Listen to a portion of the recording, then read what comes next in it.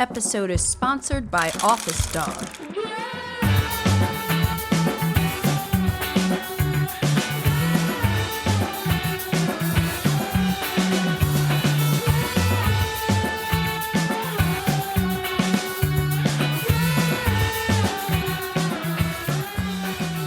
Hello and welcome to episode 43 of the Board Game Geek podcast, where we geek out about board games, the mechanisms behind them, and the people who create them. I'm your host, Candice Harris, and I am super stoked to be here today with Ian O'Toole, who is one of the most prolific board game artists and graphic designers, and I'd imagine like probably one of the busiest people in the world, considering how many games come out a year that have Ian O'Toole's fantastic art. How's it going, Ian? Good. Thanks, Candice. We've been trying to organize this for a long time, so I'm glad we eventually got it lined up. Yeah, I'm really good. I'm very busy being prolific. Yeah, I love it. Keep up the good work, and yeah, I'm going to be stealing some of your time right now to do this. But yeah, I'm super glad we're finally able to do it. I know when I first launched the podcast, like you were one of the people on my list that I was like, I'd love to like talk to Ian O'Toole, because I know you'll sometimes put on social media like historical board games and war games that you play. And I was like, oh, it'd be so cool to kind of do an episode on that with you. But Right. Things changed, and we'll talk about some other things. Sure. But what's new on your end? Any exciting new projects or? Oh my God. Yeah, a whole load of stuff. My God, what am I working on at the moment? I got to be careful about what I'm allowed to talk about. Oh yeah, sure. And what I'm not allowed to talk about. So I'm definitely allowed to talk about Speakeasy, which is Vital Lacerda's next game, which we're on the last legs of. So it's getting ready for crowdfunding right now. We're just making sure everything's good. Awesome. That's been really fun. That's like a 1920s prohibition era kind of area majority game, but like all of Vital's games, layers and layers. Yeah, there's a lot going on. I will say though that this one is, I think, genuinely more approachable than a lot of his games. Vital says that about every game he designs. He thinks they're all easy. Yeah, just two actions, right? Yeah, that's right. But I think this one, given the theme, and I think even mechanism-wise, it's actually pretty straightforward. But there's a lot going on. Super cool. Yeah, I love that theme, and I'm like really excited about that one. Yeah. Awesome. Oh, there's a game that I'm really happy about, which you probably haven't heard about. What? Called Sausage Sizzle. I have not heard so. Sausage Sizzle. Yeah, so there's a game called Würfelwurst, which is designed by Inka and Marcus Brand, and it's a silly push your luck dice rolling game. It's just 6 dice and a couple of tokens, and that's all it is. Okay. But this game has like legendary status in Western Australia. I'm not sure where it started. And you haven't been able to get it for ages. It's only been available in Germany, and it's out of print now. And it's just this really, really fun game that never fails to get everybody like shouting and chanting at the table. Amazing. Just one of those silly games. So I brought it to Chad at 25th Century Games because he really likes silly little dice games. So we did a whole new version of it, which is great. Awesome. Is it when's it going to be out? Oh God, that's a good question. I would say Gen Con. Okay. I think there will probably be copies at Origins. When is Origins? Is it soon? June, soon, late June. Yeah, I think there's a good chance there'll be some copies at Origins. It may be just for demo. Sometime later this year. Sausage Sizzle. Right. Cool. Exactly. I'm excited. That sounds fun. Yeah, it was really fun because I got to retheme it with all Australian animals. So there's like quokkas and platypuses and stuff in there. So yeah, cool. It was really fun. Awesome. Yeah, keep an eye out for that. Cool. So a lot of people in the board gaming hobby love logging plays. I am now one of those people. It's Mhm. awesome to kind of keep track of how many times you've played certain games, when you played them, where you were, who you played them with. And, you know, some people go, like, I have friends who go down into, like, they keep track of how Yeah. long each round of a game goes. Where they played it. And Yeah. So today, we're going to share some of our most played board games. And I know, like, I started officially logging plays last year at PGC Con, which is Portland Game Collective's trick-taking convention. So as of, I haven't even been logging for a full year, but I'm super addicted. And how long have you been logging plays? Probably about 4 years, I think, consistently. Okay. Maybe more, 4 to 5 years, thereabouts. I love looking back on numbers and stats and stuff like that. I think it's really fun. I don't log with any great fidelity. I log who I played with and what the scores were, and I leave it at that. Cool. But yeah, I don't know. Every like at the end of every year, I always find it's really fun to look back and at things. I log like movies I watched on Letterboxd and stuff like that as well. Cool. I love all of that sort of stuff. So yeah. Yeah, I kind of feel the same way about, like, I like that Spotify and different music apps are doing that now, where they're like, here's what you listen to all year. Right. But yeah, which is great. Yeah, cool. except when you share your music account with your kids, in which case it's no good. Bummer. Yeah. Oh, okay. Well, anyway, before we start talking about our most played games, I'd love to hear what you've been playing lately, Ian. So let's jump into fresh plays.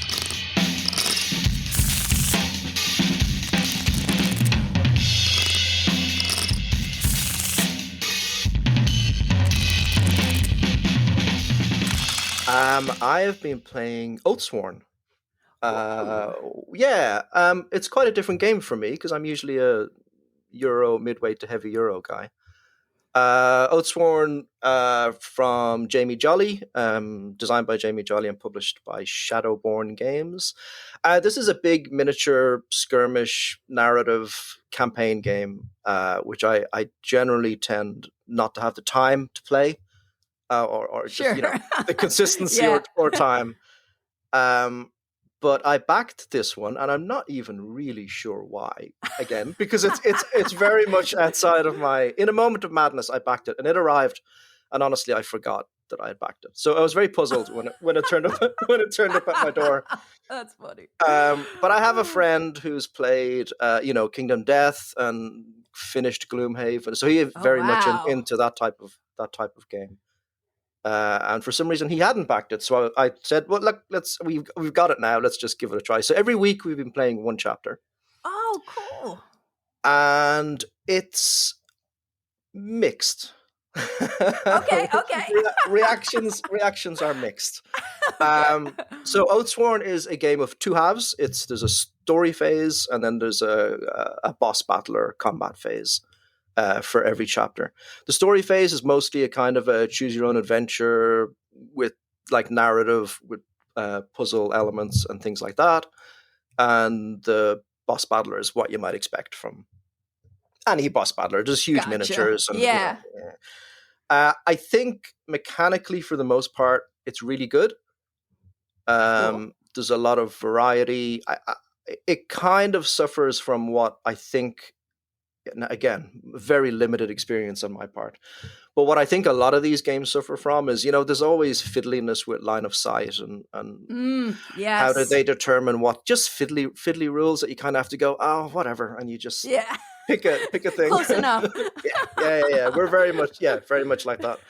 But it's fun. There's a fun card-based system, which is kind of like when you use a card, it's got like a cooldown cycling mechanism. That's very good. So there's a little bit of a sort of a hand management puzzle element to using your characters. We're playing with 2 characters each. You've always got 4 characters in the game. The story phase is, I should say, so all of the story phase is narrated by, oh my God, I don't know his name. He's an actor. He was in Game of Thrones. He's got a big family voice. Oh, cool. Is it on like an app or just like a website or something? Yeah, it's on an app. and the app is really only used for the story phase. Once you get into the encounter phase, it's all on the table. The story phase is, again, that's where most of the mixed comes in for me. I think for the most part, it's really good. It's well written, again, for the most part. We have had some story phases that have gone for, maybe upwards of 2 hours, which I think is too long. I think it really... Yeah, that sounds crazy. Yeah. So when we started, it was like story phase was maybe an hour. Okay. And then the combat phase was maybe 1.5, 2 hours, which is great. I was perfectly happy with that. Sure. Right. Yeah. So I should also say we're up to chapter 8 or 9. I think 8 was the last one we played. I think there's 20 something. So we're reasonably into it. Awesome. Yeah, I find sometimes it tests my patience a little bit. I'm like, you didn't have to. Just editing. I think sometimes it could be just cut down a little bit, right? Just keep the really good stuff. And there is really, really good stuff. Yeah. But sometimes it's mired a little bit in mediocre to not great stuff. So gotcha. I would say we're still playing it, which is something. Because totally. plenty of the games. You didn't give up. Right. Yeah. Plenty of the games we could be playing, but it is kind of starting a little bit now to, tighten it up a little bit, I think. Gotcha. How much more do you guys have to play? Easily the same again. Easily like another 9 chapters or so. Probably even more. I think it's 20 something to 24, 25 chapters, maybe something like that. I don't know if we'll ever get to the end of it, but we'll see. Yeah. I didn't think we'd get this far, I'll be honest. You didn't even know you bought it. No. Yeah, I only know very little about Oathsworn. I know I think it was like a year ago, Aldi, the owner of BGG, was he was like looking forward to it. It was like an anticipated release for him. And I think he's played it a bit. I forget what his take on it was. And then I have a couple friends locally who were playing it, and seems like they liked it, but I think they kind of fell off of it. Right. But it sounds really cool for like if you have the time to do it, because I'm still like my Frosthaven campaign is like moving like a turtle, like it is hard to get some of these like bigger campaign style games to the table regularly. Yeah, very much so. I know Oathsworn is really popular, and I think people who like that type of game, for the most part, have been pretty happy with it. I think it's my sort of Euro. I don't only play Euros. I play all sorts of games, but I think my primarily Euro sensibilities are tested a little bit with gotcha. Game like Oathsworn. And as much as we'll get into, as much as I like to play games over and over again, is very much my preference rather than playing new games every week. Campaign games have never taken off for me. Gotcha.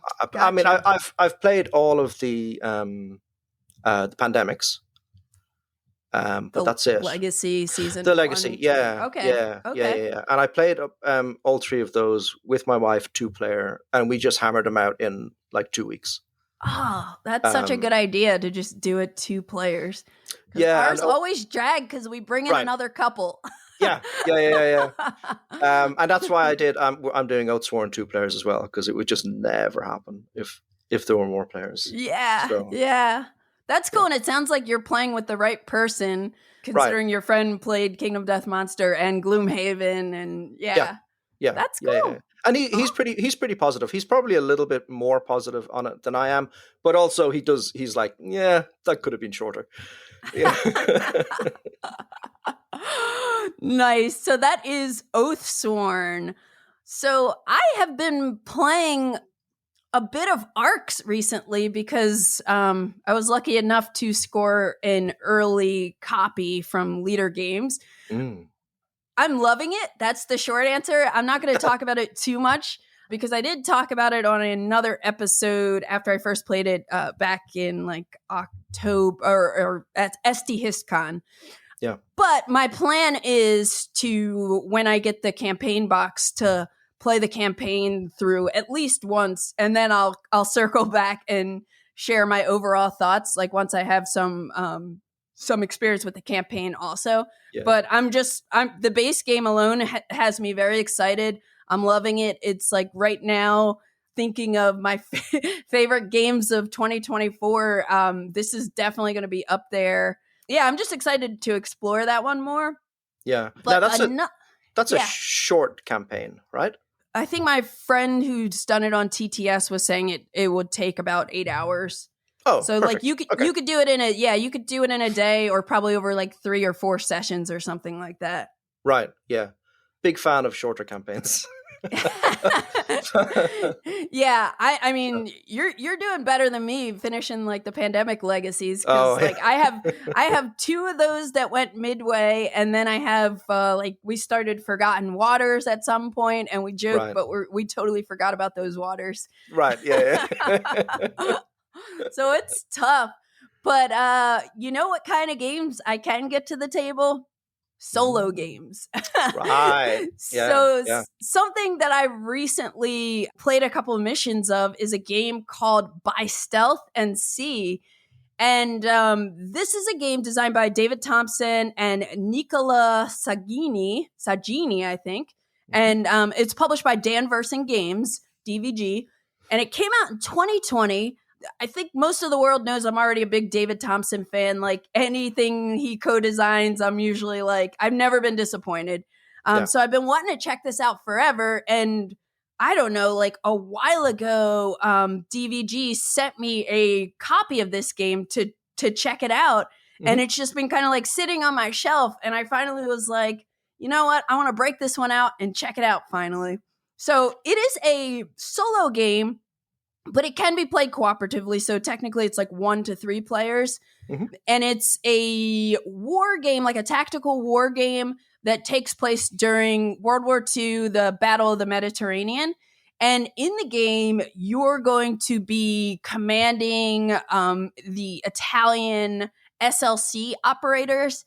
And I had no idea what that was. In its Italian for Siluri a Lenta Corsa. And these are basically manned torpedoes. Torpedoes. Manned torpedoes. Sorry to make you spit your water out. Good timing. Man tortillas. Tortillas. Yes, man tortillas. Torpedoes. And it's kind of crazy because if you look at the box cover, you see, like if I just heard someone say manned torpedoes, I don't know exactly what I would picture. But on the box cover, they show like these operators are like sitting on a torpedo, and they're like sailing it in, like sometimes like submerging underwater, and then they're going to try to attack the British Royal Navy, and they have to like take the what is it called, the warhead off of it, and then kind of like launch it. So this game is basically, it's you are commanding 3 different SLCs, and each of them has their own player mat, and you have a card that tells you who the operators are, and these are like real people, historic figures, and there are pictures of them. So it definitely like sucks you into the theme. And then on the player mats for each torpedo, there are discs that you'll use to like represent your tanks, your batteries, your wetsuit, like different gear and equipment for the torpedo and for the people who are operating it. Right. So you'll be like kind of keeping track of that the whole game. But basically what you're trying to do is you're trying to move these SLCs, get them into position to take down either Navy ships or cargo ships. And they're worth victory points. So this is like a victory point game. You just compare your score to kind of a chart sort of thing. So it's a mission-based game, and it has 9 different missions, and you can play any of them standalone as just a standalone. Right. I'm just going to play mission 5 today. Or you can string them all together for a historical campaign experience. But another thing that's pretty cool is they've created this rules so you can make a custom campaign, And with the custom campaign, you're able to kind of like level up your operators how you want to, and like, add technology to the different torpedoes as you progress through the campaign, instead of just like following history. Exactly. Right. And like, depending on your success level, that's how the British Royal Navy will respond with their like defenses. Right. So that's kind of cool. But yeah, so like the sequence, this is a game I would say that's like kind of maybe like a medium weight. Like it's not super complex. Yeah. I will warn people, there's some dice rolling. So it's not going to be everybody's thing. But like the first thing that happens each round is there's a fault check. And you roll this like this die that just has a 1, 2, and a 3 on it. And you figure out one of your SLCs, if assuming they're all still operating, which spoiler alert, mine definitely got clapped. They got destroyed often. It is tough out there. But I think that's how it was like when they have historical excerpts for all the missions, and they're talking about like what a struggle it was for these different operators of these torpedoes, like my wetsuit stopped or like the breathing gear stopped working, the battery this broke on this, the transmission's not working. So anyway, they replicate that with this fault check phase, and you have to do kind of a skill test, and each of your SLCs have like stats like of how many dice you'll roll for like 4 different types of skill checks. Yeah. And if you fail the skill check, usually that means you're going to have to put that fault card next to your torpedo mat and then take a disc off of your torpedo mat. And that's going to show you like, hey, you just blew up your tank. So now you can't do full movement. You can only move one space at a time, or, like different things are giving you different penalties. So like one of the actions you're going to be trying to do is keep up with repairs on all of these SLCs. Some of them you're just going to have to like lose though. Yeah. But it's cool because like during the action phase, each SLC gets 2 actions. And the way they do it, like most of the actions are pretty simple. Like there are different, like 2 different ways you can move. You can dive to submerge. So the tokens on the board are like counters. And on one side they say surfaced, on the other side they say submerged, saying they're like underwater. Yep. And there are different things that happen based on like you move slower when you're underwater, but you're less likely to attract the patrol people, because there's a whole like defensive phase where there's a searchlight check to see if they see you, and if they see you, the patrols start moving in towards you. So after the you take your actions for each of them, there's a harbor defense phase, and that's where you might attract searchlights. And the way that happens in the game is you put like a yellow wooden disc on your token, which I like. I was like, that's cute. That's cute. There's the spotlight on you. Yeah. And then like patrol crafts might appear if and then sometimes they'll attack you. And it all depends on this alert deck of cards. So this part is driven by a deck of cards instead of a die or dice. So I don't know exactly how many of each number are in this deck, but there are thresholds. So like if I am doing a searchlight check for one of my torpedoes and I flip a card and it's 4, and I look on the board, I'm like, okay, it's less than 7, so I'm safe. So nothing happens. But if it's equal to or greater than, something will happen. Right. So there's that. And then also like a lot of the actions, they give you the choice of taking one action, but rolling a die to see if you pass or fail a test. Or you can use both of your actions and automatically succeid. So it's like slower to do stuff, but you're not dealing with bad rolls. So it's interesting, kind of like figuring out between your 3 torpedoes, like how you want to play it. So far, I've only played 2 of the missions, and I'm really like wanting to try the campaign because there's a YouTube channel called Zilla Blitz. I don't know if you've ever seen. He does a lot of war game videos, really good videos, and he did a whole playthrough series where he did a custom campaign of this game that's really cool. And he's like, the custom campaign is the way to go. So I'm like, I really want to try that now that I've played 2 missions. I played the first 2 missions. First one, I like lost horribly. But the second one was like so much faster because it's like, once you play one game, you just like, boom, boom, boom. It's a really smooth system once you get going, you know? So is this one of the Valiant Defense games? No, it's not okay. one of the... this one's kind of outside of that realm. I don't know. Maybe because I think David does those by himself. Sure. That's whereas right. this one was co-designed, so I don't know like the origin story of this, but this one was a co-design, so it's not in that, and it's a little different than how those games play too. Yeah. But it's just as good, and also in terms of like the complexity, similar. Once you learn it, it's like, oh, this is like a really clean system. Like they have a bunch of really good player aids. Everything is like on the board, or they have like menued player aids, so you barely need to like look at the rule book. Oh, you'll appreciate this. It also reminded me a bit of Nemo's War. Oh, well, yeah, something you said there, I'm trying to remember what it was. Oh, the escalating response to your actions kind of reminded me of Nemo's War. Yeah, it definitely, I think that when you do the campaign, the narrative that develops will kind of like pop even more. But there's something about dealing with the ships and everything that reminded me of Nemo's War a bit. And the dice rolling. Yeah. When you were talking, it also reminded me of. So I'm not a huge solo gamer. I tend not to find the time. But I do like the idea of solo gaming, so I buy a bunch and then I play maybe 5% of them. Yeah. But one that I have played is called The Hunters. Do you know that game? I know of it. I've never played it. I know there are a couple in that series. Yeah, and they're supposed to be really good.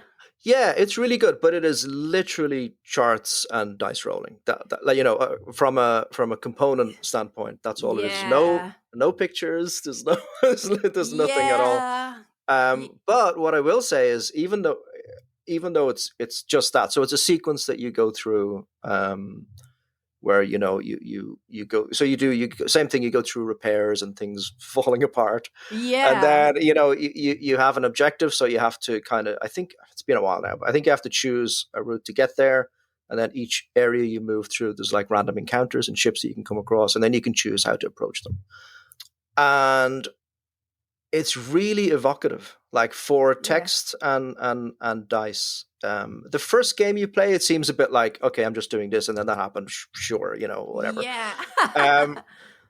But as you play more and more, it actually does become really, really evocative and really tense. So I can only imagine with by Stealth and Sea, the fact that you've got like more visual fidelity, and you've got like especially like actual pictures of people and names and things, which is something.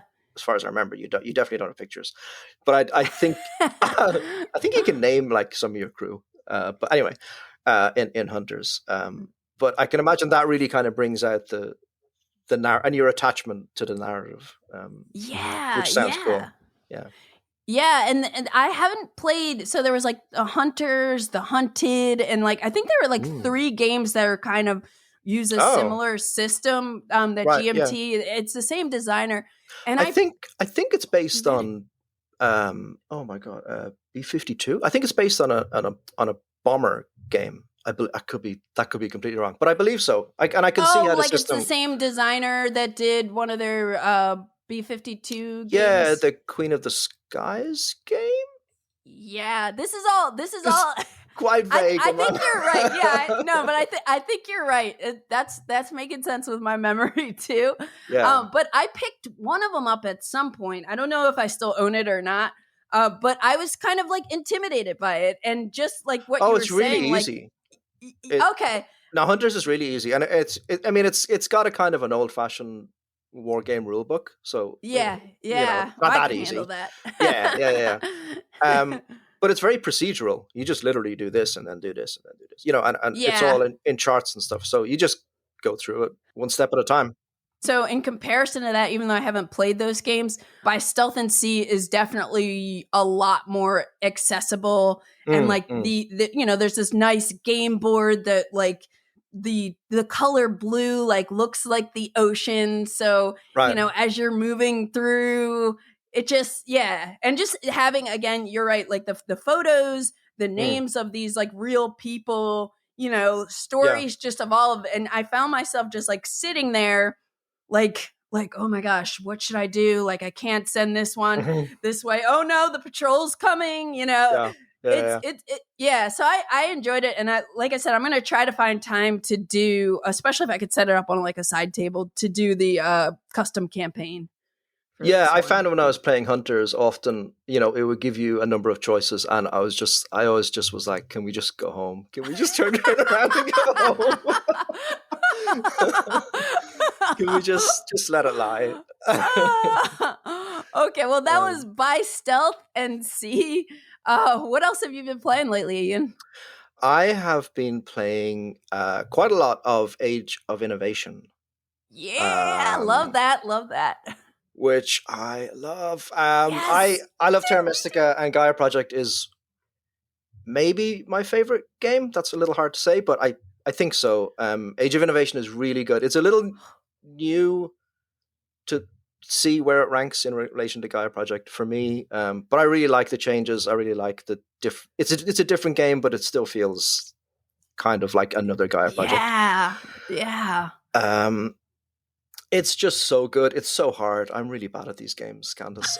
I'm so bad. You and me are in the same boat here. Like, I love like Terra Mystica, Gaia Project, and Age of Innovation, and I feel like I'm terrible at them, but like I love how they challenge me, and like every round feels like a puzzle that I'm trying to solve to, like, you know, be as efficient as possible, get points. You know, but there's like all that, like the player interaction, and it's like these are some of my favorite heavy Euros. And I feel you, like, I don't know right now because like I just got into Gaia Project last year. Like before I had only played Terra Mystica, and then I played Gaia Project like once in 2019, like a partial game, had a bad experience because of the teach and other things. And I was just like, I like Terra Mystica better because of the theme. But then after Age of Innovation, I revisited Gaia Project, and I became obsessed with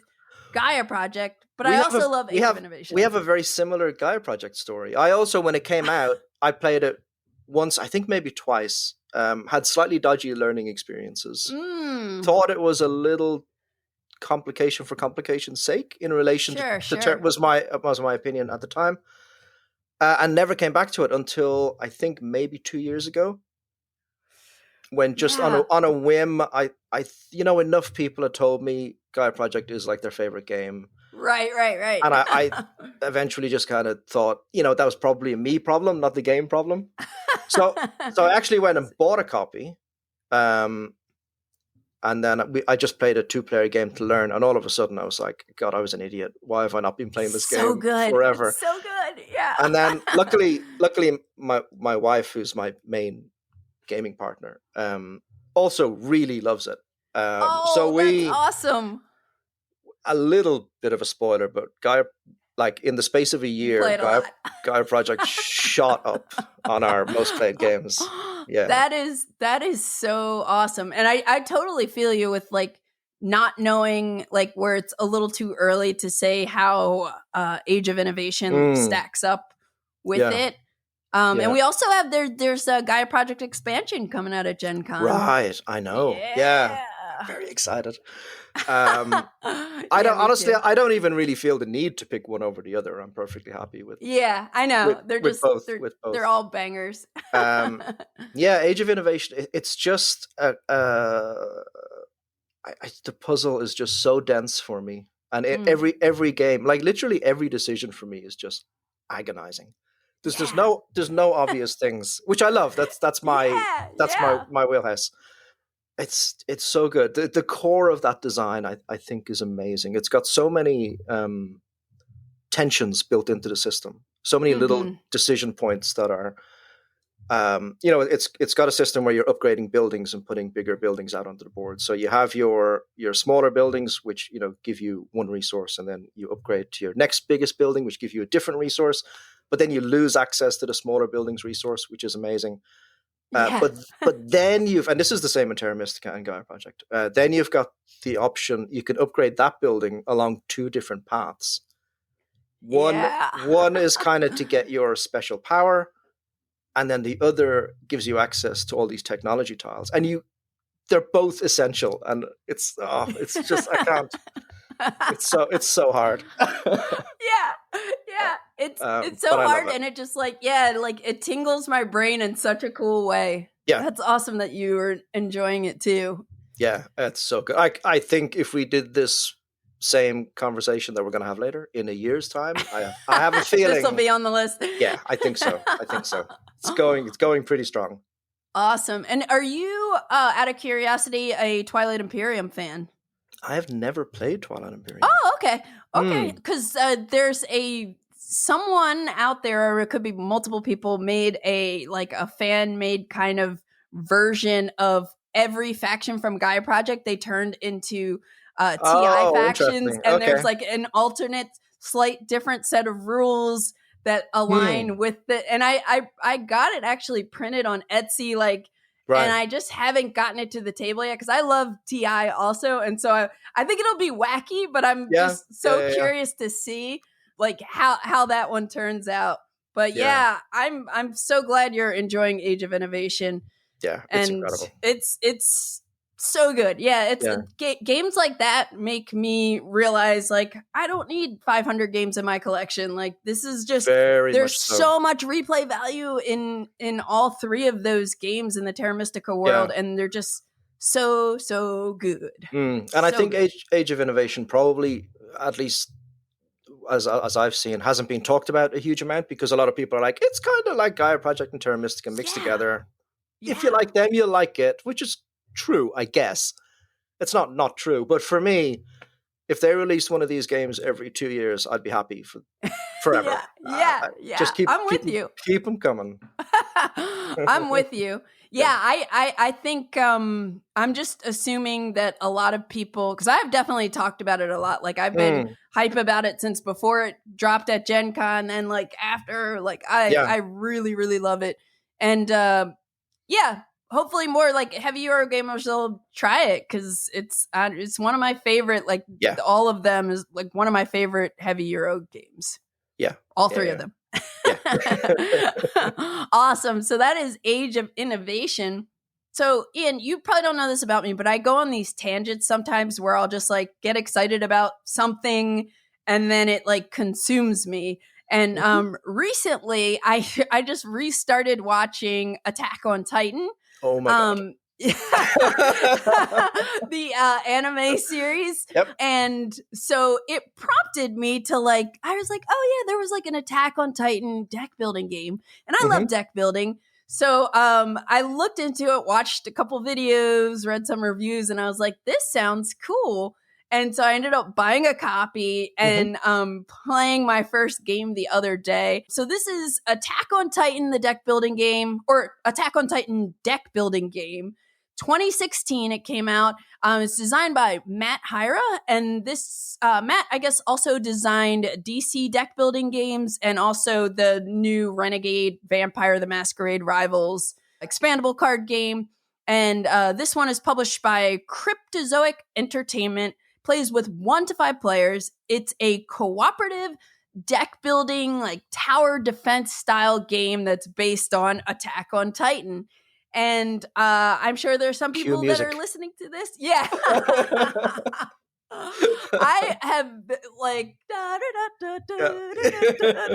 I've been literally for the past 5 days singing that throughout the day. I'm get out of my head. But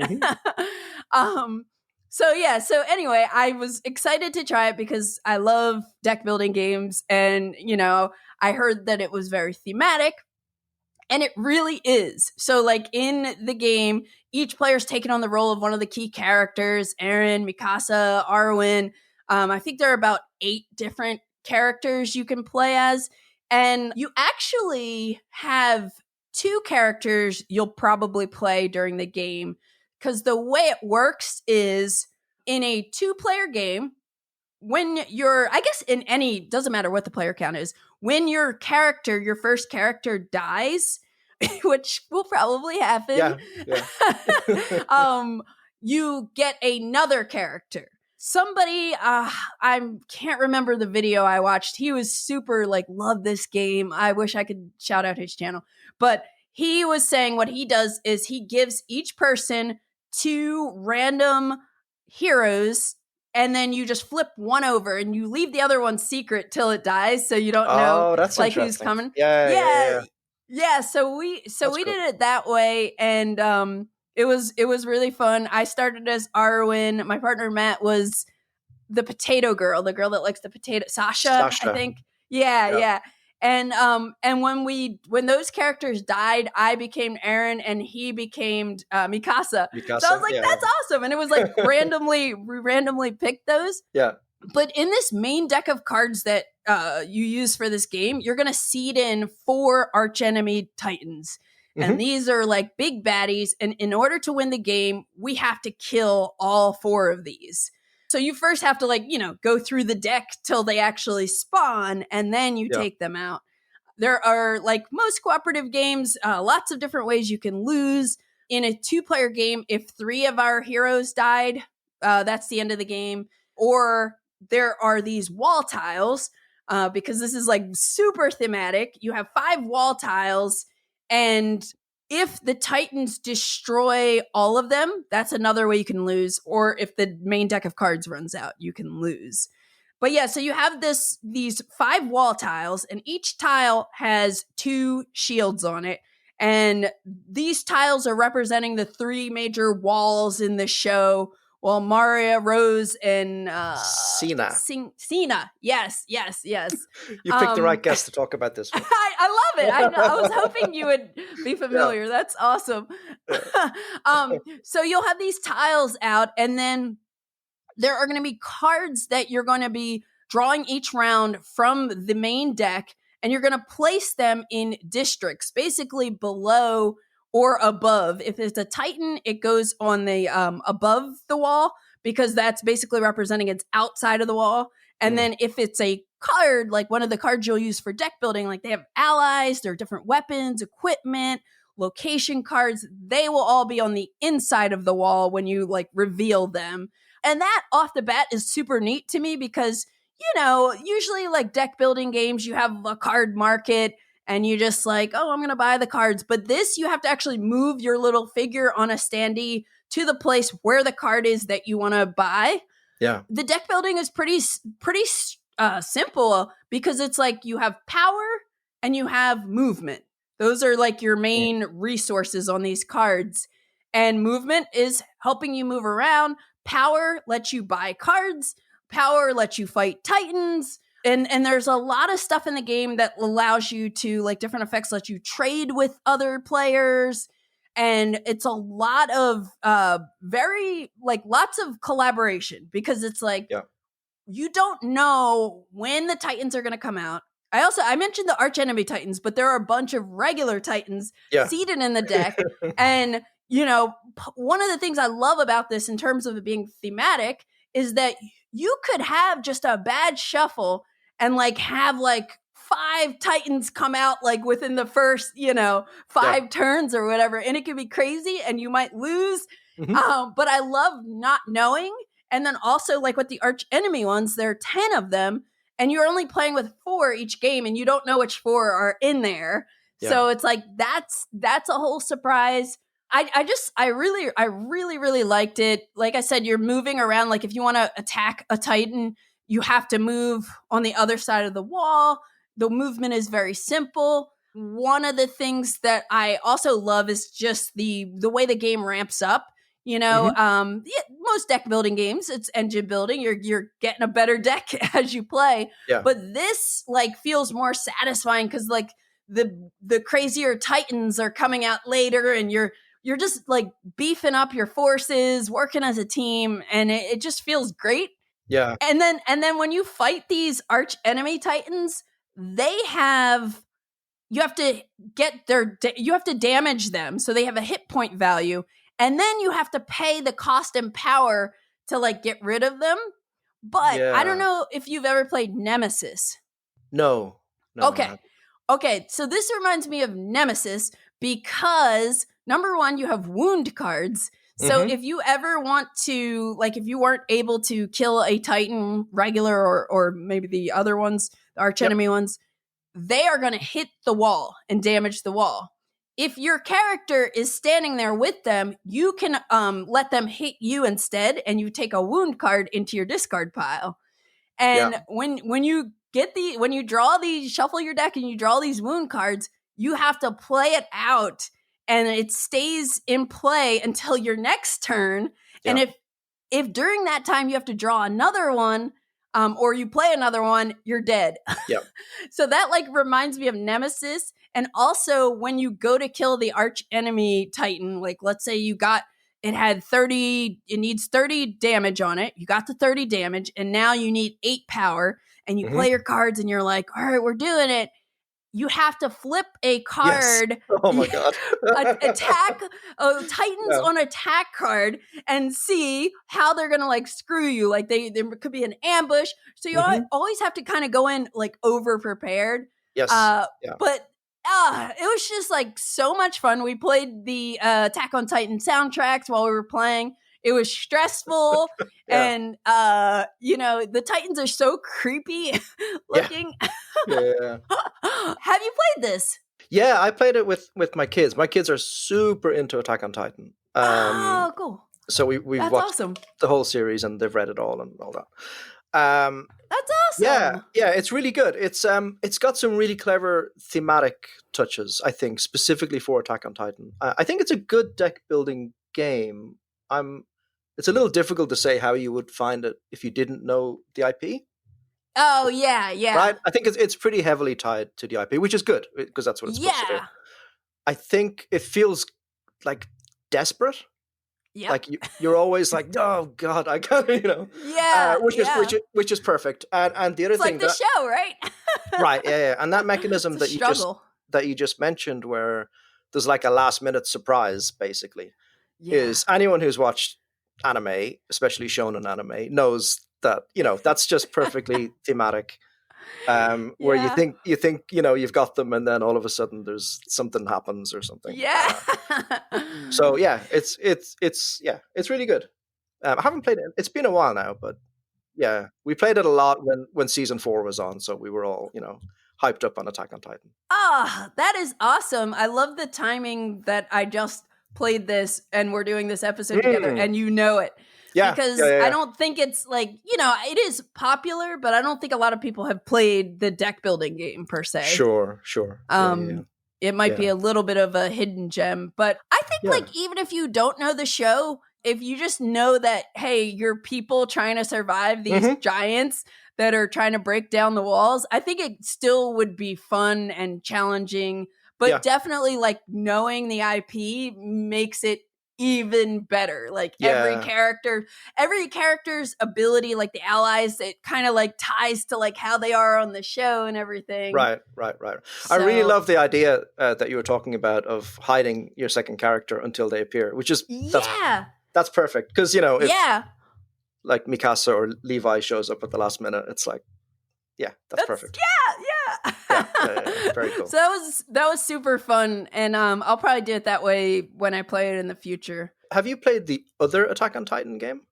No, the Last Stand one with the big... Right, with the big stand. No, how is that?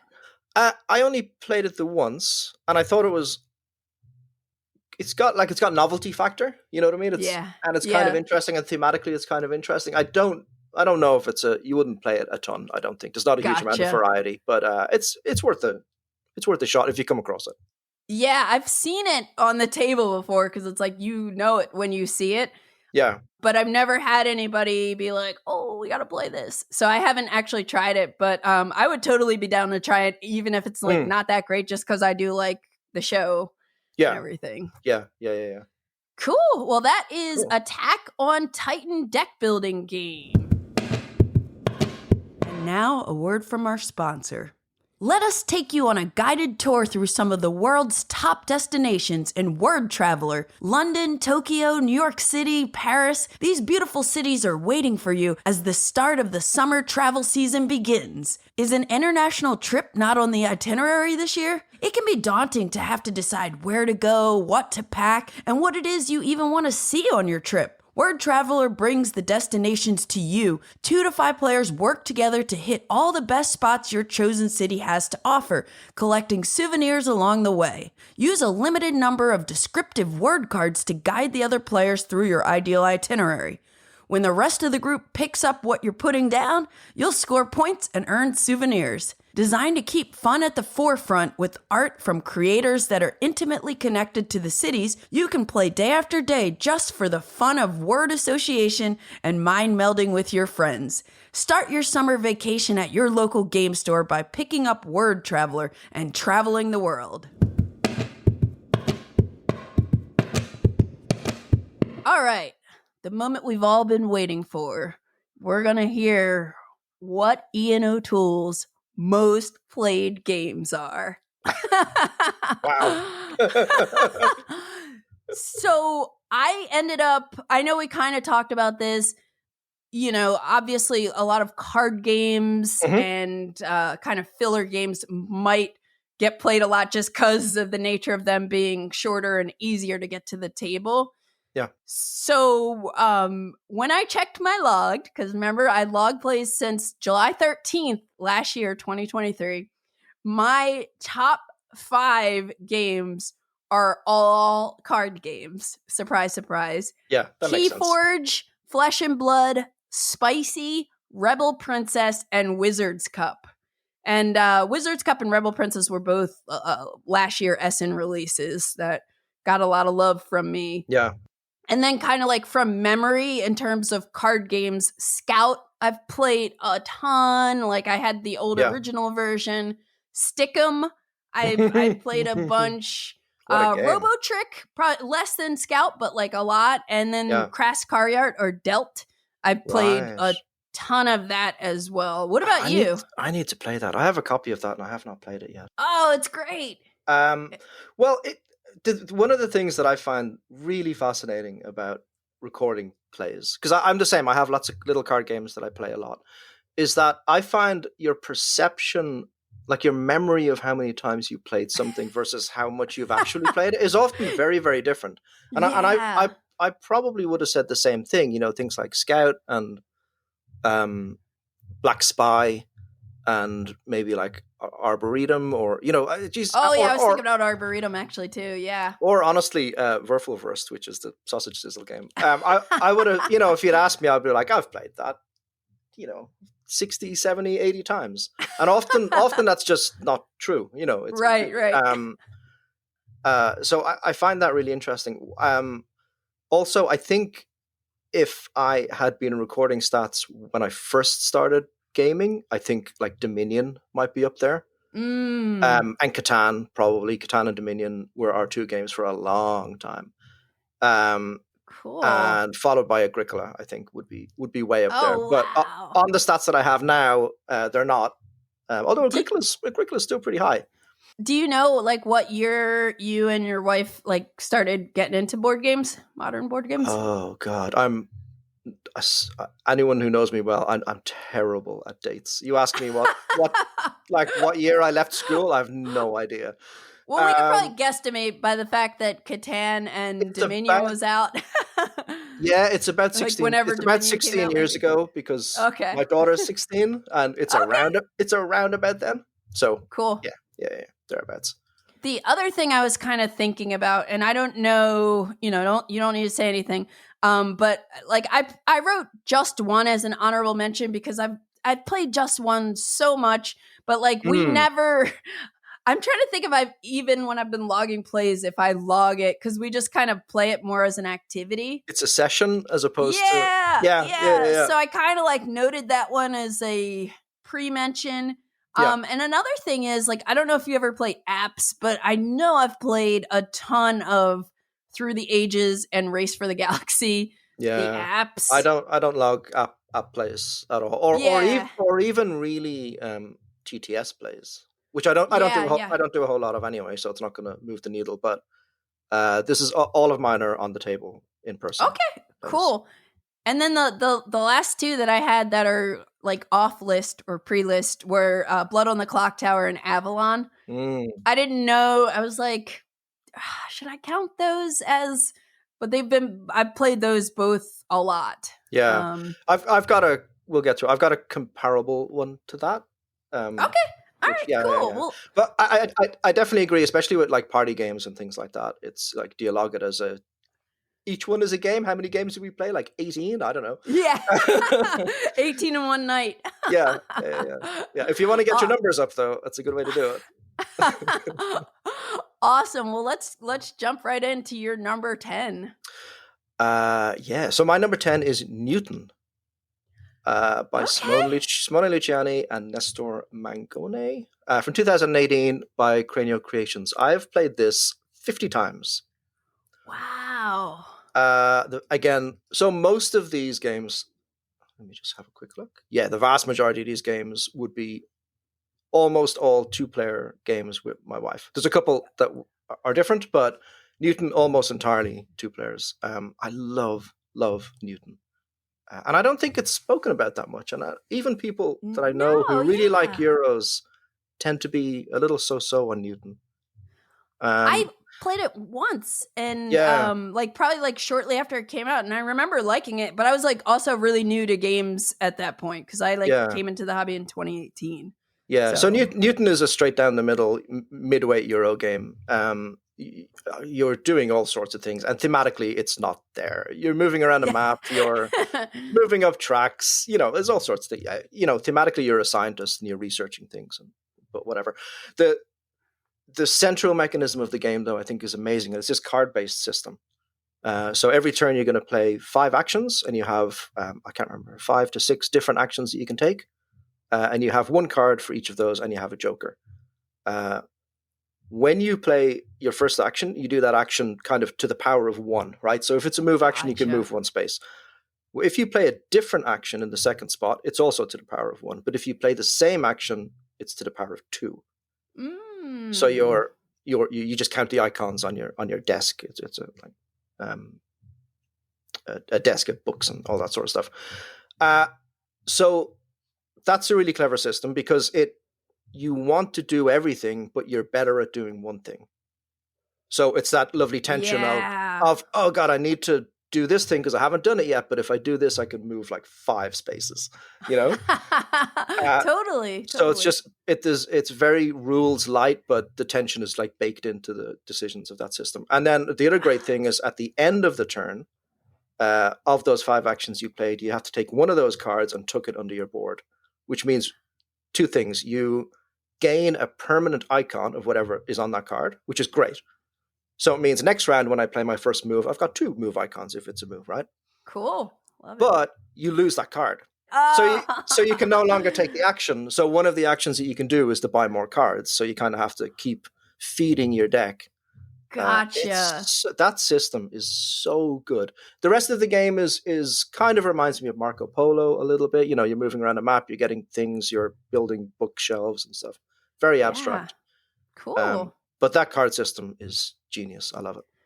Awesome. I have to revisit this one. Yeah, I remember playing it. I remember liking it, but it was just early on, I played it at a convention. Yeah. It wasn't my copy, but yeah, you're right. Not a lot of people are talking about it. So that's Newton. Love it.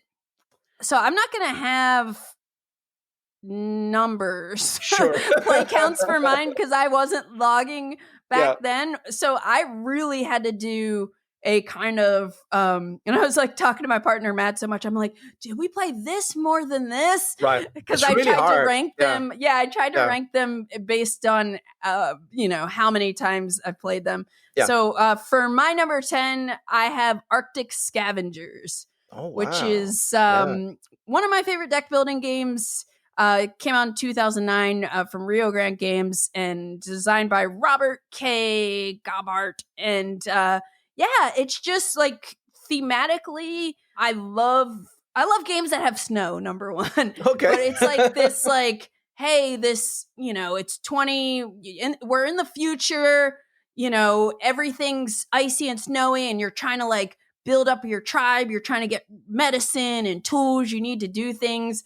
and it has that brawl phase where you're like pitting people against each other with their cards to get some kind of reward. And I just think, between the theming and the multi-use cards and the bluffing you can do with that brawl phase, just chef's kiss. We both love it. It's been on my shelf since whenever I got it, probably 2018. So this one, hit the table a lot when I first got it. And then since then, it's just still gets played every once in a while. So that is my number 10, Arctic Scavengers. Yeah, so my number 9 is the one that I was alluding to earlier. And there's actually 2, I cheated a little bit. There's 2 games in here, but they're small. That's okay. I cheat all the time with this stuff. But they have exactly the same number of plays, and they came out in the same year. So 2014 was the year, for me at least, of Spyfall and One Night Ultimate Werewolf. I've never played either. Oh, wow. Believe it or not. Yeah, I've never played either. I have logged 57 plays of both of these. I think that's conservative. Because it's another one of those things where we play multiple in a thing. Multiple games in a night, yeah. Right. Spyfall is from Hobby World and designed by Alexander Ushan. And One Night Ultimate Werewolf is from Bezier Games, which is Ted Alsbach and Akihisa Okoi, I think. These are both social deduction games. They're really great. Spyfall is everyone gets a card which has a single location on it. So that's the location that you're all in, except one person who's the spy and doesn't know where they are. And then there's a set number of locations, so it can't be anywhere. But you can see all the possible locations, and you just ask each other questions, trying to find out who the spy is, or trying to disguise yourself if you are the spy. So, Candice, I might ask you, what did you wear to work today? And depending on what you say, if you're the spy, boots. Right? If you're the spy, you're looking at you could go, oh God, it could be an Arctic base, or it could be underwater, or it could be a shopping center. You don't know, so you gotta be vague. It's so clever. It's really, really good. And One Night Ultimate Werewolf is just this like distillation of werewolf that is like 8 to 10 minutes of insanity. I love One Night Ultimate Werewolf. It is so good. I see it at every convention. There'll be just like 30 people in a circle playing it. I don't know how I've not played it yet. At Essen, let's get 5-6 people together. It'll take 10 minutes. We'll play One Night Ultimate Werewolf. I love it. And then we'll play it 18 more times. Like, again, for me, midweight Euros, heavy Euros, I love those games. But probably my favorite thing in the entire gaming hobby is when I'm in the middle of one of these games and I'm the werewolf or the spy and nobody suspects me. Yeah. It is the most fun. It is just so good. I'm so satisfying. Probably a little evil for thinking that, but I oh my God, I love it so much. So yeah, they're my 2. Spyfall and One Night Ultimate Werewolf. Yeah, I've seen that Spyfall cover so many times too, but I've just never, and I actually didn't even know like that it was a social deduction game. I just can really picture it. Okay, I'll have to try it. I feel you there, because I think like with a game like Avalon, I haven't played Secret Hitler in a while, but usually if I'm on the bad team, I'm like stressing, I'm trying to keep my cool. But for some reason with Blood on the Clock Tower, I don't know if you played that yet. That game, I love the pressure of convincing people. And I have put on just these like Oscar award winning acts, just like convincing some people that it's not me, and when they believe it, it's great. Incredible. It's nothing better. Awesome. Oh, you should try Blood on the Clock Tower though. Yeah, I need to at some point. Yeah, and like 2 Rooms and a Boom, I haven't tried. There's a lot of these I haven't tried. I've only played that one once, and I loved it. And then it was impossible to get, but I think you can get it secondhand. Yeah, I'm at a convention in July, a local, 4 hours flight away local convention in July, that they always run 2 Rooms and a Boom. So I'll try to get in on the game. That's so great. Yeah. That's awesome. Yeah. Cool. Well, my number 9 is Viticulture. Viticulture is like probably, I think, the first worker placement game that I learned. And this is, it's been around since 2013. The Essential Edition came out in 2015. It's designed by Jamie Stegmaier and Alan Stone, and from Stonemaier Games. It plays with 1 to 5 players, and it's basically a worker placement where you are running a winery. And thematically, like, I like wine, so like the theme always just appealed to me, and I love the way you're like, okay, you have to plant the grapes, and then you have to age them, and then you have to bottle it. Like, I love the way it kind of flows through the whole process, and then you're selling the wine or trying to, like, kind of completing contracts, and there are all these cards that have special powers. I haven't played it in a while. I played the expansion, the cooperative expansion, which I thought was like actually really, really cool. But I have played this a lot, just because it's like a crowd pleaser with friends, and it was just something I got into early. I've only played this once when the original version came out. Oh, wow. And there was actually a mechanical kind of problem with the original game, which Gotcha. they later addressed with a special worker who could go anywhere. I think something like that. The Grande, yeah. Right. That wasn't in the original edition, and it was not great without that. So interesting. We kind of played it and went. It was in the early days of Kickstarter, and it was his first game, so it was pretty much an unknown quantity. We had a very mediocre experience with the first one. So even though I'm aware that that's been addressed and lots of people love the game, I've just never gone back. Yeah. And I also once I got the Tuscany expansion, it's one of those expansions I never play without. Sure. Yeah. It just makes it a hair more complex, but way more interesting. Right. The way the different seasons open up. But yeah, Viticulture. It's one that I've kind of questioned about, like, do I need to keep this? Because right now I have like kind of the big box that they came out with. And I'm like, how often, I have other games I'm more excited about, but thematically it's just nice, crack open a couple of bottles of wine with friends and have some cheese and play Viticulture. It's pretty chill, I quite like games that are about like the specificity of making something. Yeah. Like Kanban is kind of like that as well. And I mean, and Vinos as well, which is the same thing as wine. I know. I love Vinos. But I think thematically it really helps people get into the mechanisms, because if assuming it's a well-designed game, it kind of steps you through those mechanisms and things like that. So yeah, I think it's a really good framework for sure to build a game around. Yeah. So what's your number 8? My number 8 is Race for the Galaxy. Nice. By Tom Lehman from 2007 from Rio Grande Games. Now, I have logged 66 plays of that. That is very low. And you played it more. yeah, definitely. If we were logging app plays, this would be in the thousands. The app is dangerous. I think this is one of the best games ever designed. I think it's incredible. I 2-player again is my favorite way to play. I think the 2-player variant with when you play 2 actions really kind of opens up the game. It's so fast. It is so fast when you play with 2 people who know what they're doing. Yeah, it's nothing like it. The amount of this is something I love in games. Just quantity of really good micro decisions. Like, not this is an end of the world decision if I get this wrong, just like really good little tensions. Race for the Galaxy is amazing. Once you know the deck, it's so good. There's just so many really great design decisions. I think it's genius that it's a simple thing now, but you pay for cards with cards. Cards are your currency, cards are what you want. So there's no such thing really as a bad card. There are bad combinations, but sometimes it's a relief when you draw 3 cards and they're all bad, because you're like, oh, I don't need to feel bad about spending these.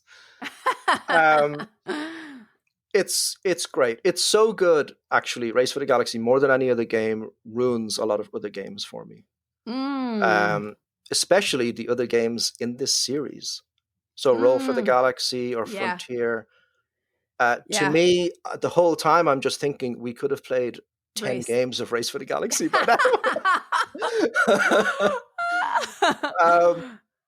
Yeah, I think it's incredible. I also think, and almost every time Race for the Galaxy is mentioned, people mention the iconography is a barrier to entry.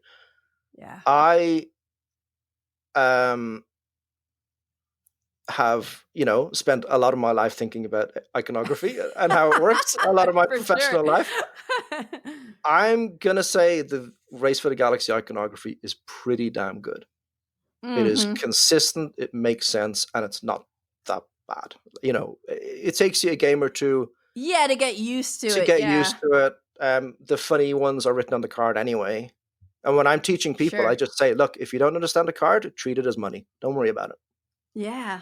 Yeah. And you'll get to it. I think people overestimate or overstate the barrier to entry. I don't think it's that bad. Yeah. But man, it's so good. I love Race for the Galaxy. Yeah, I'm just out of curiosity, have you played Res Arcana also? Yeah, I really like it as well. Yeah. It doesn't come out a huge amount, but I do really like it. It's a really good really good game. It's another one where you're racing and engine building and Yeah. That really Tom. Nice. Yeah. Good stuff. Yeah. So all right. Race for the Galaxy. Cool. All right. Well, my number 8 is Quacks of Quedlinburg. So this is a 2018 release from Wolfgang Warsch, which I was thinking about. I was like, I've also played The Mind a lot. This is published by Schmidt Spiele, and there's several different other distributors and publishers of this game. And it's 2 to 4 players with the base game, 5 if you have the first expansion. This is a bag building push your luck game where everybody is a quack doctor and we're making our own secret brews by adding ingredients, and you have a little sack where you're going to be pulling ingredients, chips. And if you like the game, definitely get the upgraded Geek Up bits because they feel so much better and they last longer than the cardboard that comes with it. But this game is it's so easy to get to the table with like non-gamers, lighter gamers, end of the night, because you can there's most of it's simultaneous gameplay. You can kind of like teach people by playing the first round, like, hey, you have, give them a 2-minute spiel and then say, okay, now pull one out. Here's how it works, so you can just kind of like, it's really accessible. It's hooky. The tactile experience of pulling things out of your bag, the way the player boards, I love the look of the player boards. Yeah. And really I like deck building. So this is like bag building. You're customizing your pool of ingredients, and this one has just gotten a lot of love in my household. Yeah, it's so good. Go in expecting to fail and you'll have a great time. Yeah. and even like the busting part of the push your luck is like not that punishing. No, so it's not. Even it's not really. Yeah, it's not that bad. So it's really good. I agree with the player boards. I think the look of it is really charming and really good. Yeah. Yeah. And I even like the potion that you flip over. Yeah. Like that token. Yeah. That's really cool. Yeah. Cool. That's Quacks of Quedlinburg. We're on to your number 7. My number 7 is Battle Line. And this nice. Yeah, this kind of comes under the card games we play a lot as well. This is a 2-player card game from Reiner Knizia. I have 73 plays logged of this. Again, I think that might be conservative. This came out in 2000. I've got the GMT version, the GMT games version of it. There is a medieval version that Roland McDonald did. I don't know who publishes that. That's also GMT. I'm pretty sure. Oh, is it? Okay, yeah, I think GMT did that one too. But there's a reskin. Mm-hmm. Battle Line is, oh god, how do I describe this? It's a card playing game where you're trying to make formations of troops, which is basically just sequences of colors and numbers along 9 different flags, which are in a row. This was originally Shot and Totten, which I've never played. Right. Battle Line includes some extra tactics cards, which change the rules a little bit. We actually tend not to play with those. We just play with the straight deck for the most part. And what you're trying to do is on each flag, you can only have maximum of 3 cards. And once it is apparent that your 3 cards can beat or cannot beat your opponent's 3 cards, you win the flag. First to 5 flag wins, or 3 in a row. So there are different types of formations, kind of like poker hands. You've got like runs, and you've got sets and sets of colors, sets of numbers, and then the lowest is just any old card.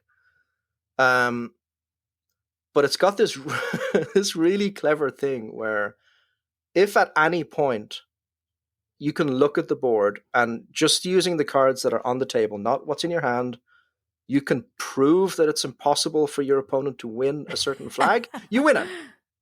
Right? So if I've got an 8, 9, 10 in the one color, which is the highest formation, for instance, that's a bad example. If I've got a 6, 7, 8, yeah, exactly. Or if I've got a 6, 7, 8, and then you've got an 8 and a 10, and you need the 9. If I've got the 9 in my hand, that's not proof. I can't do that. But if I play the 9 somewhere else, then it becomes proof because you cannot get it. The 9 is gone. You can't win, and I win the flag.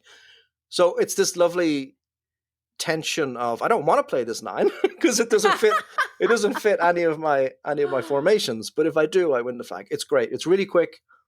It's just a mean little game. It's one of those games, kind of like Lost Cities, where it's mean in that it's tight and you never get the cards you want, and the game says, well, you have to play somewhere, so you end up just destroying all your good intentions because you've got the wrong cards. It's really, really good.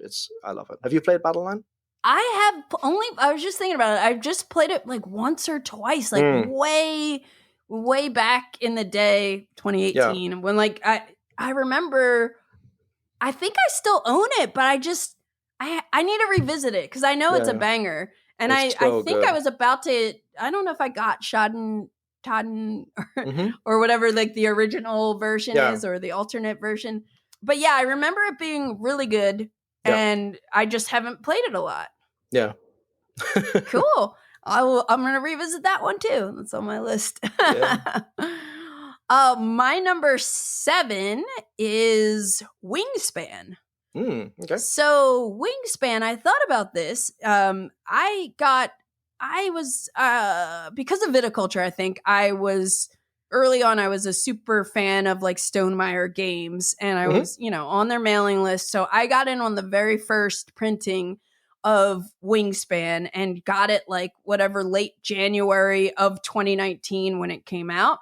Yeah. And I don't know if you remember this, but like it kind of sold out really fast. Yeah. And so a lot of people I know, I had a convention a couple weeks after and not many people had a copy of it. So I just was like playing it a lot, teaching it a lot. And then also again with friends who play lighter games, like breaking it out. Like I haven't played it in a while, but I played it a lot when it first came out. Yeah. And, I don't know if there's anyone out there who's never heard of Wingspan. I'm sure there are people, but it is an engine building card game where you are like attracting different types of birds to your aviary.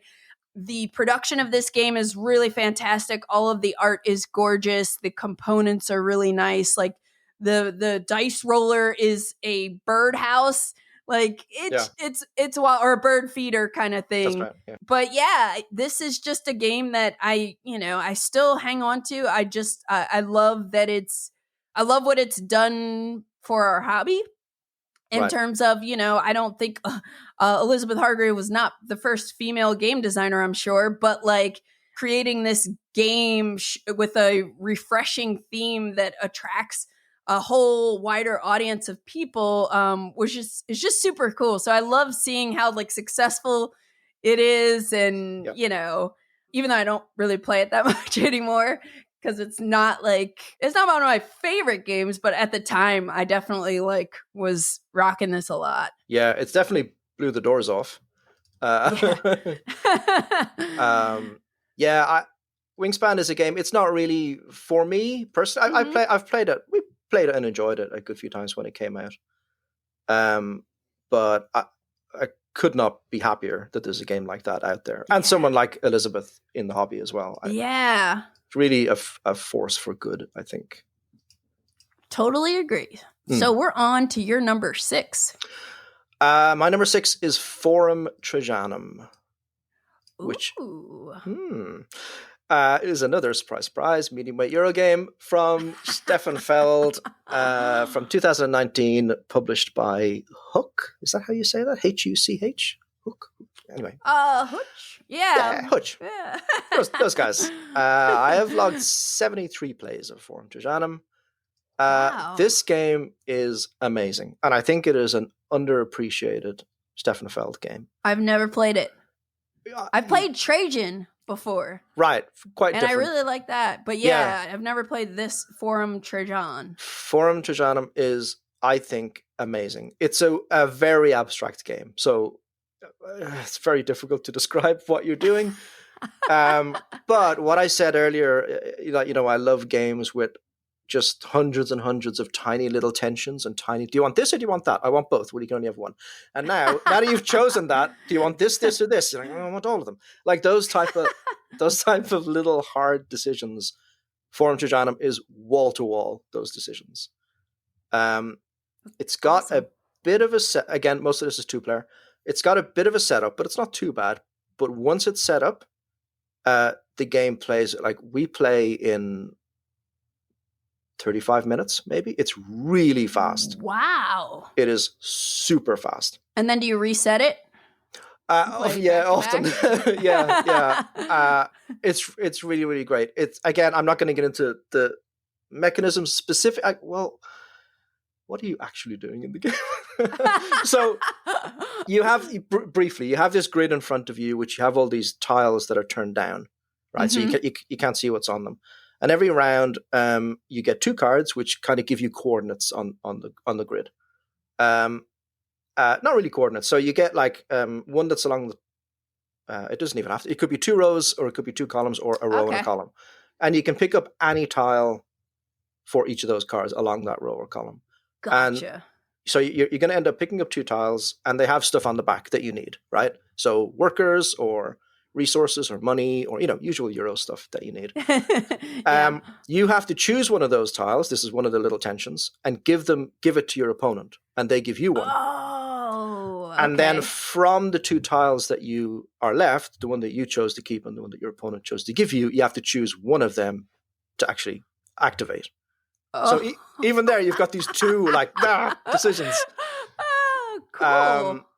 And then you get to build a thing on your board. So you're not only are you taking the tiles from the board, but you're also freeing up like patterns that you're trying to build with your buildings. When you build buildings, you get to put things out on this like central forum area, which is there's like a not really an area majority, kind of a path building thing, sort of. And then each round is 3 rounds in the game. You're trying to fulfill certain criteria on your board. So building in certain patterns. So it's just all of these little things pulling you in different directions. But each round is you do that 4 times and then you're done. And you do that 3 times and you're done. Cool. It is so good. And I like Newton, I don't hear anyone talking about Forum Trajanum. I never played it. Strongly recommend it. Okay, I will definitely check this out and revisit Newton.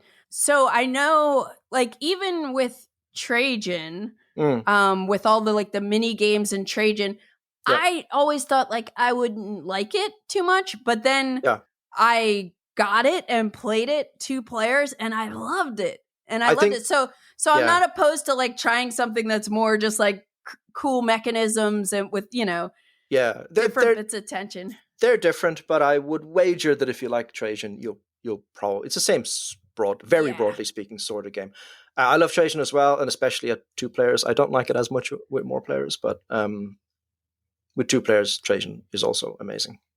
The passing your opponent one of your tiles made me think about Hanamakoji, where you have I cut you choose kind of thing, and how much tension is in there. Yeah. Okay, cool. I can't wait to try this because I've seen it. It's something I see either for sale, on flea markets and stuff like that, but I've just never tried it. Yeah, it's also Michael Menzel artwork. It's nice. It's pretty good. Yeah. All right. Sold. Yeah. Hey, I'm going to BGG Spring. By the time this episode drops, I will be in Dallas, so maybe I'll try to see if I can get it played there. Yeah. Cool. Awesome. Cool. All right. Well, my number 6 is Santiago.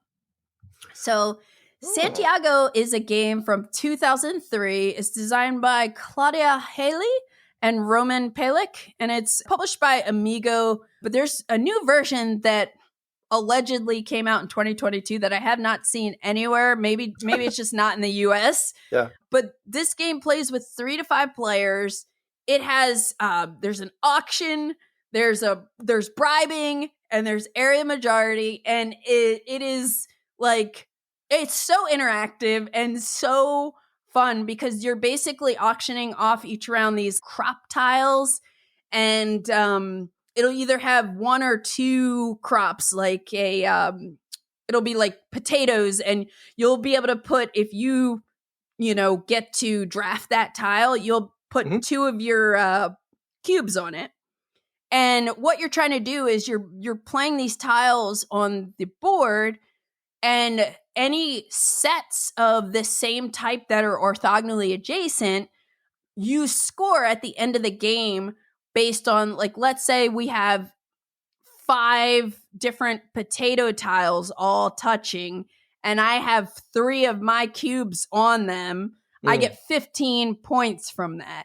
It's one of those games where you can't exactly tell who's winning. Like, no matter how, so it's just like, oh, well, don't put that there because you're going to help this person. Oh, this person, everybody's throwing everybody off with like who might be winning. Right. And then the other twist is you have to irrigate the crops. So there's one person, whoever was the last one to draft a tile, because they either passed or paid the lowest amount for the auction, they get to be the canal overseer for the round. And they get to decide where this stick of water goes. And basically, if your crops aren't watered, they dry out, your cubes start going away, and then the tile eventually flips over. So now you're bribing whoever the canal overseer is, like, please, I think you should put it here because, it'll keep your plants. And there's just like all these like really cool negotiations. And this is just a game that every time I've broken it out, and it's a lot of times with people who don't play a lot of board games, so it's accessible, and it's always so fun, and it's so engaging, and like lots of like memorable moments, and people always want to play it. So I'm glad I have a copy. I think my copy is German. It's an older copy. I think it's in German, and I just printed English rules for it. Yeah. So have you played this one? No, and when you said it, I couldn't call to mind what it was. I mean, I'd heard the title. It's kind of a generic Euro title, yeah. Totally. But no, I'm looking at it now. No, I haven't played it at all. It sounds really fun though. Yeah, if you ever see it somewhere, grab it because it's definitely one of those games where like maybe if you look at it, it's like it doesn't look like much, but it is like fantastic. It's such a great game. Yeah, one of my faves. Check it out. So yeah, that's Santiago. So we're on your number 5. My number 5, I also very slightly cheated because it's 2 games, but they're basically the same game, sort of. I sort of cheated on my number 5 too. Okay, good. This is the Voyages of Marco Polo and Marco Polo 2. Nice. I have 30-something plays of each of them around about. Okay. Cool. So that makes 77, which is why it's in number 5. it all works out. These are both by Simone Luciani and Daniele Tascini, 2015 and 2019 respectively, both from Hans im Gluck. These are dice placement Euro games. You're moving around a map, you're trying to fulfill contracts, you're trying to put your houses out, you're trying to do Euro-y stuff. But it's got a really clever dice mechanism. The thing that most people remember about this game is you've got wacky player powers. Like everyone has a character and they're like game-breaking player powers, which are fantastic. It's really good. I think Marco Polo 2 is the better game. I think in Voyages of Marco Polo, it's fairly easy just to hammer the contracts and you'll do pretty well. Gotcha. Yeah. I think Marco Polo 2 it's still a really strong strategy, but it sort of negates that because you have to travel in order to gain access to contracts. So you got to do a lot of stuff. These games are great. It's just a really good puzzle every turn. you roll your dice unless you're the character who doesn't have to roll their dice. Yeah. You roll all your dice, and then it's just, okay, you got to figure out the order in which you do things and what your opponents are going to do, because if you go on the same space as they are on already, you have to pay money equal to the pips on the die. There's not necessarily good or bad rolls, which I really like. Right, high numbers are really great a lot of the time, but then low numbers are cheaper to go on top of other people. So it's all good. It's really good, really good. My wife is way better at this game than I am.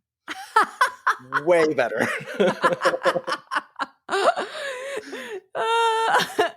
We haven't talked about your stats on this. No, like how many games you've won. nor will we.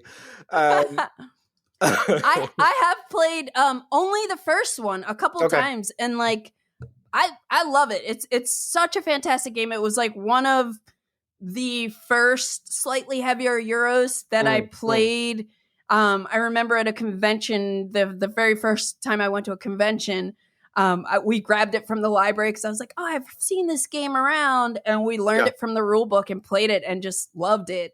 But I'm realizing I never ended up playing the second one. Second one's great. You're really adding so many games to my list that I need to play. Because I just never got around to it. I think it's like the same thing with people who are Terra Mystica fans who haven't tried Age of Innovation yet or something like that. Right. It feels pretty much the same, but I think it's a tighter game. And if you know Marco Polo, there's a couple of things, but you basically know Marco Polo too. Like, so you could learn it real quick. Yeah. Awesome. The Voyages of Marco Polo and Marco Polo 2. Mm-hmm. Love it. Yeah.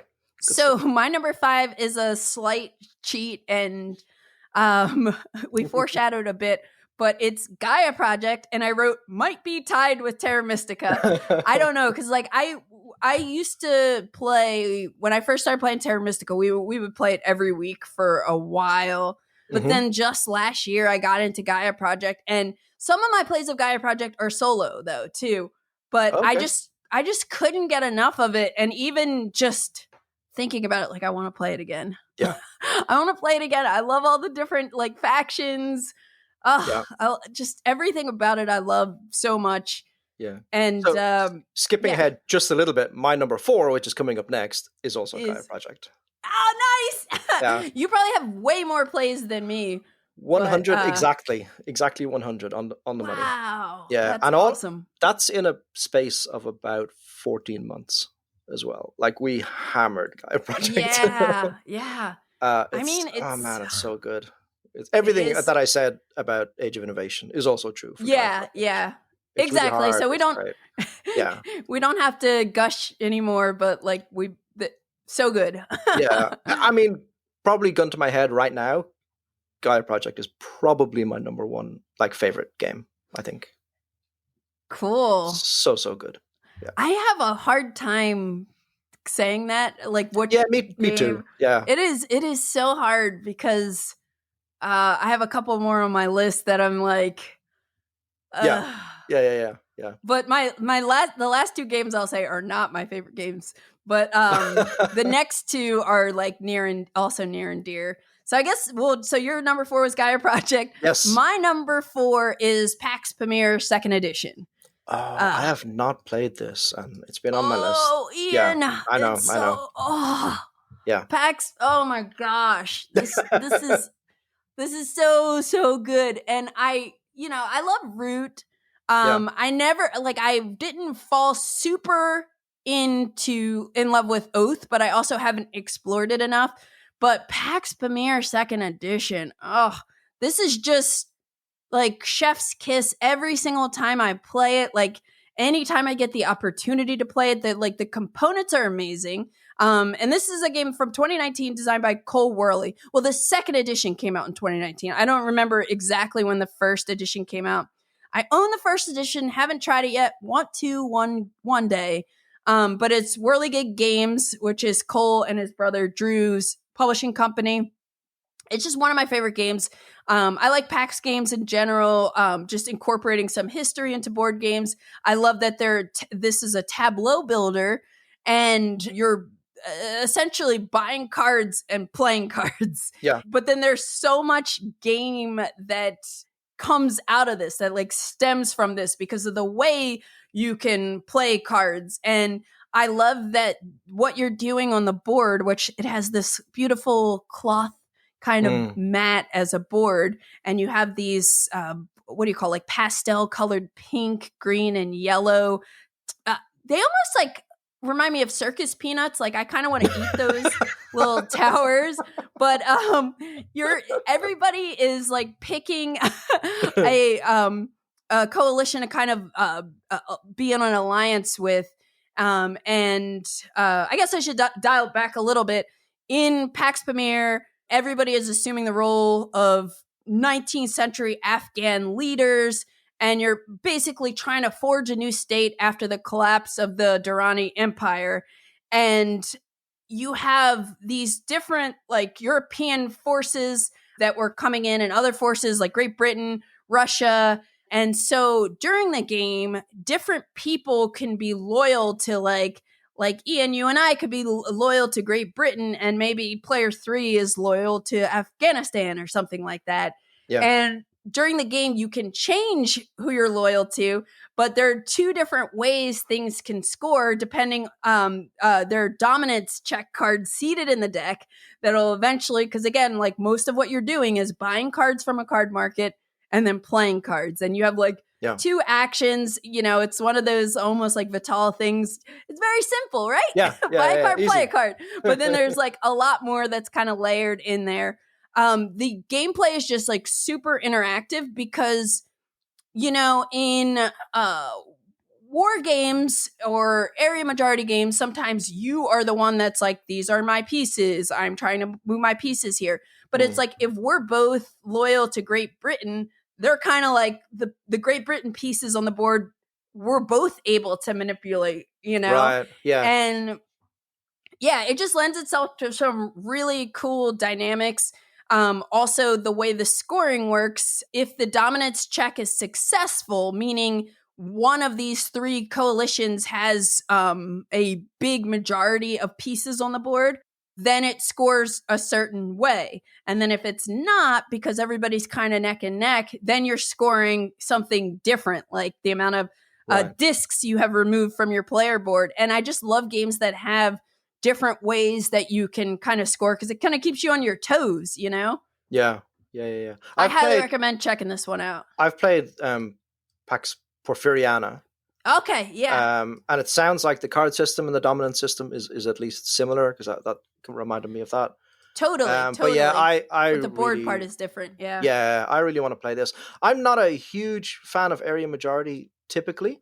Okay. But what you said about, you know, they're not your pieces necessarily, I quite like, because The King is Dead is one of my favorite games. I love The King is Dead. And so that kind of has the same thing. You want to manipulate things to your favor, but you're not one color. You're not controlling. Yeah, exactly. Right. Exactly. Yeah. And this is even less like area control-y than The King is Dead. Yeah. Because in this, like, you have, if you stand the blocks up, their armies, but then you could also, some cards will have you play them sideways flat where they're roads. And okay. Yeah, so it's like it's kind of different, and there's a thing where you can like maybe attack a different army, or you can move an army across a road that matches, but it's not just straight up like there are this many pieces of pink here, it's not like that at all. It's a bit different, but yeah, you should check it out. I think you're gonna love it. Yeah, I need to. It's just it's on the list. It's on the list. Pax Pamir 2nd edition. All right, we're moving on to your number 3. Number 3. My number 3 is the Castles of Burgundy by another Feld, Mr. Stefan Feld. Yeah, from 2011, nice. From Alea and Ravensburger. I have 107 plays of this. Again, I think that might be a little conservative. Castles of Burgundy is amazing. For me, again, I play this mostly 2-player. I will play a 3-player. I probably won't play a 4-player. I think it goes a bit long for 4-player. But 2 players, it moves so fast. This is a get the box off the shelf and the box is back on the shelf in 45 to 50 minutes game for me. Like it's so fast. I love it. I've still got the original edition of Castles of Burgundy, the very first Alea one, because for me, that's the best edition that works for the way I want to play it. Gotcha. I think the big fancy edition is it just takes longer to set up and it takes longer to pack away. And for me, that would just stop me playing it. So for me, just the basic edition is absolutely fine. And again, people complain about old-fashioned production values and things will wear and all that. I've played this 107 times and it's perfect. Still There's kicking. Nothing wrong with it at all. That's awesome. It's great. Have you played? You must have played Castles of Burgundy. Yes, right? I have, but not a lot. And Okay. it's funny because I've only played it with 2 players. Yeah. And I loved it and I've kept it and I just never kind of retabled it but I always keep it because I'm like, I remember how much I liked it. Yeah. I want to break it back out. And again, you're inspiring me to break this one back out too, especially because you said you could get it down to like 45 minutes. That's it's so impressive. fast. We've kind of, I know probably everybody has this. We've got kind of tiers of games, like buckets of games that we Sure. Depending on how tired we are or whatever, we'll pick from a different tier. So, one tier is like your battle line, right? You're just 2-player Quick. card games, and a game that's coming up is also kind of in that tier. And then the next tier is kind of midweight Euro games, like your Newton, your Foreign Trajanum. Castles of Burgundy is like in between those 2 tiers. It feels like the midweight Euro tier, because that's what it is. Yeah. But it's easier and faster and more relaxing. It's a relaxing game for us. It's just a comfort, relaxing game. So yeah, it's great. That's cool. And I have the old version too. Yeah. The maroon box. Yeah. Cool. Castles of Burgundy, that was your 3. And so my number 3 is another one of my favorite games, and it is Great Western Trail. Great Western Trail 2016. Alexander Pfister is the designer. It's published by Igor Spiel. And the new edition can play solo, so it's 1 to 4 players. The second edition. This was the very first heavy game that I played. And it melted my brain because I had no idea what was going on. I was only playing like King of Tokyo and Splendor at the time. Yeah. And I sat down at a meetup and jumped into a game. Apparently the teach wasn't great. And then I like went home and I couldn't stop thinking about it. And I was like, I bought it immediately and I was like, I want to figure this out. And I still to this day just think, like what Alexander Pfister kind of cooked up with Great Western Trail is just so cool. Like I can't think of anything that's quite like it. I love that you're like going through this rondel. You have all these different paths to victory and like different strategies you can pursue. And the fact that you can build buildings on the trail, different places, different people can lean into that and how that impacts other people moving. And then just like unlocking things like a signature Alexander Pfister thing where you're taking discs off and now I've got a better ability here. It's just one of my favorite games. And when I like early on in my gaming career, we used to play this every week and we would try to see like how fast we could play it. Right. Yeah. And because it also gets pretty fast with low player counts, right? Yeah. And with the base game, the original game, like your players are driving the tempo of it. How many times are you delivering because you're pushing out the new workers and everything. Yeah. But have you played the other versions of it? Of course. Do you have a favorite? No, I'm not prepared to say I have a favorite. It's really hard. I really see. I like when Argentina came out. Like I love that. I love how it still like feels Great Western Trail, but it's different. Mm-hmm. And then New Zealand came out, and I love that. I especially love the look of just having the greenery and the sheep instead of the cows, and it's more complex, but the deck building is more interesting. It is really hard for me to say. It's like picking your favorite child or something. I don't know. I think this will be 5 years from now. We'll revisit this question. But it's just like Terra Mystica, Gaia Project, and Age of Innovation. Yeah. I don't know. I love them all. I really do. How about you? Yeah. Are you a Great Western Trail player? Not really. No, I've played the original maybe 3 times. I haven't played Argentina, and I've played New Zealand once. New Zealand was by a fair margin my favorite. Cool. A lot of people say that. Yeah. Yeah, I have it's a me problem with Great Western Trail, where my group loves it and everyone loves it, and I don't dislike it. Like when I play it, I'm like, it's a good game and I enjoy it. No, but it just doesn't excite you. No, per se. It just doesn't really gel with me, and I don't have any justification for that. Yeah.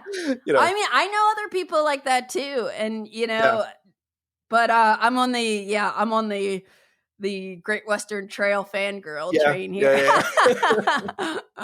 Yeah. And it could be like also of how it started me into board games and getting into heavy games and everything. That's like there's a nostalgia factor. But still, every time I play it, I'm like, I love this. This is so fun. Like I love games that have deck building, and it's like not necessarily the core thing, but it's part of it too. Yeah. No, and it's hard. It's another one that's really hard for me. Right. Yeah. No, people love it. There's a few games like that are right in my wheelhouse that on paper I should love. And for some, Barrage is another one. Like people love Barrage. I need to revisit Barrage. I had a bumpy first experience with that one. Yeah. I mean, but people gush over it, right? Yeah. Barrage is probably the game of all the games in the world that I'm worst at. So that's probably got something to do with it. I cannot play that game. Oh my God. I can't do it. So bad. Oh, all right. Well, anyway, Great Western Trail. I love it. Played it a lot. And we're on to your number 2, Ian. My number 2 is a weird one. Oh, sorry, I lost you there for a minute. You're still there. Yeah, I lost you for a second. Okay. I lost you for a second. Okay, so we're on to your number 2. Yeah. My number 2 is a slightly weird one. It's Azul Queen's Garden, which is the 4th in the series. Yeah. I have, and this is all in about a year. I have 115 games of this logged in a very short space of time. This has been our go-to 2-player. We just want to have a cup of tea and play a quick game before bed. Like that's nice. This is Michael Kiesling, 2021 from Next Move Games. And it's the 4th in the series of Azul games. I think I've only played the original. I've played this obviously, and I've played only recently Summer Pavilion. I haven't played I think I played Summer Pavilion, second one, and the original. And they're both fine. Azul Queen's Garden has like a tightness to it that I quite like. It's very easy to mess yourself up in it, and I quite like games where you can mess yourself up. It can be frustrating at times. Every now and then you can get yourself into a position where it's like, well, my 2 or 3 options available to me are all equally bad, and now I just have to pass. That can happen at times, and it is a game. There's a bag draw, so sometimes you just get lucky and sometimes you don't. Sure. But for a easy end of the night game, that's kind of what I want. Also, I don't want to have to math everything out. I really like it, and I also think this is a good example of. I think I could be wrong about this, but I think the general perception is that this is the worst in the series. Maybe I'm wrong about that.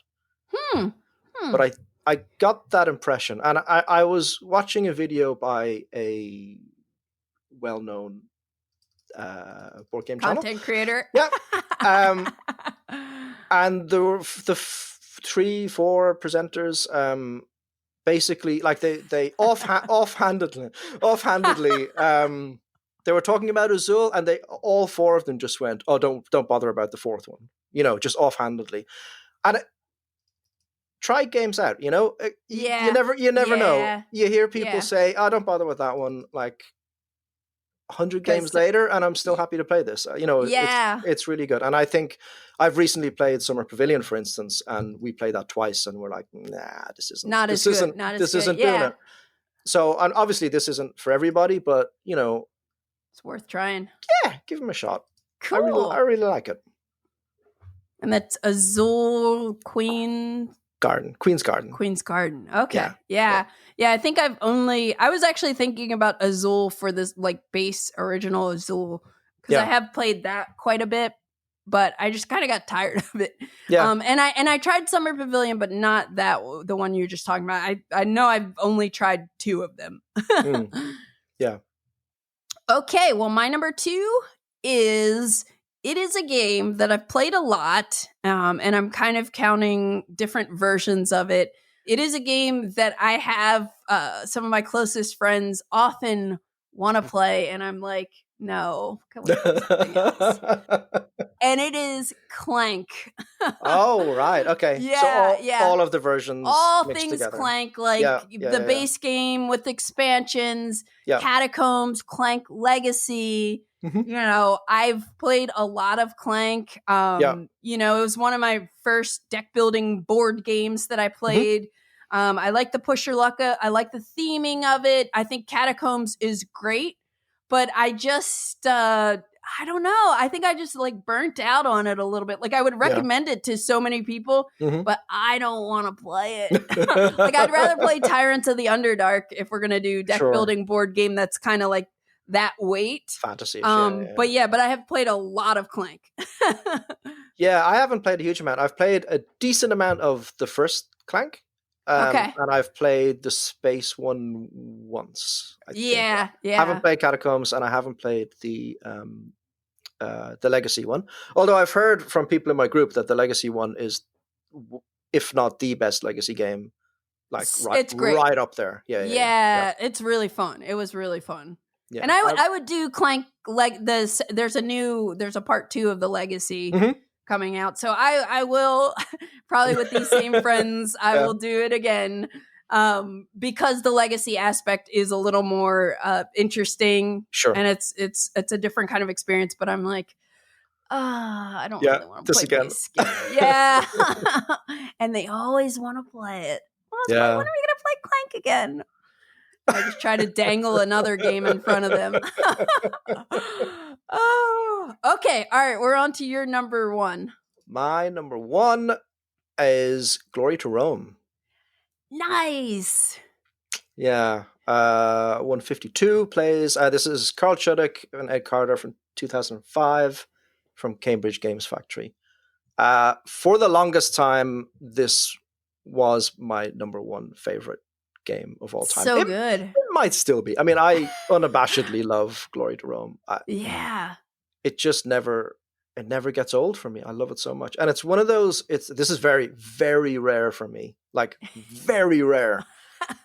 I'm quite good at Glory to Rome. Nice.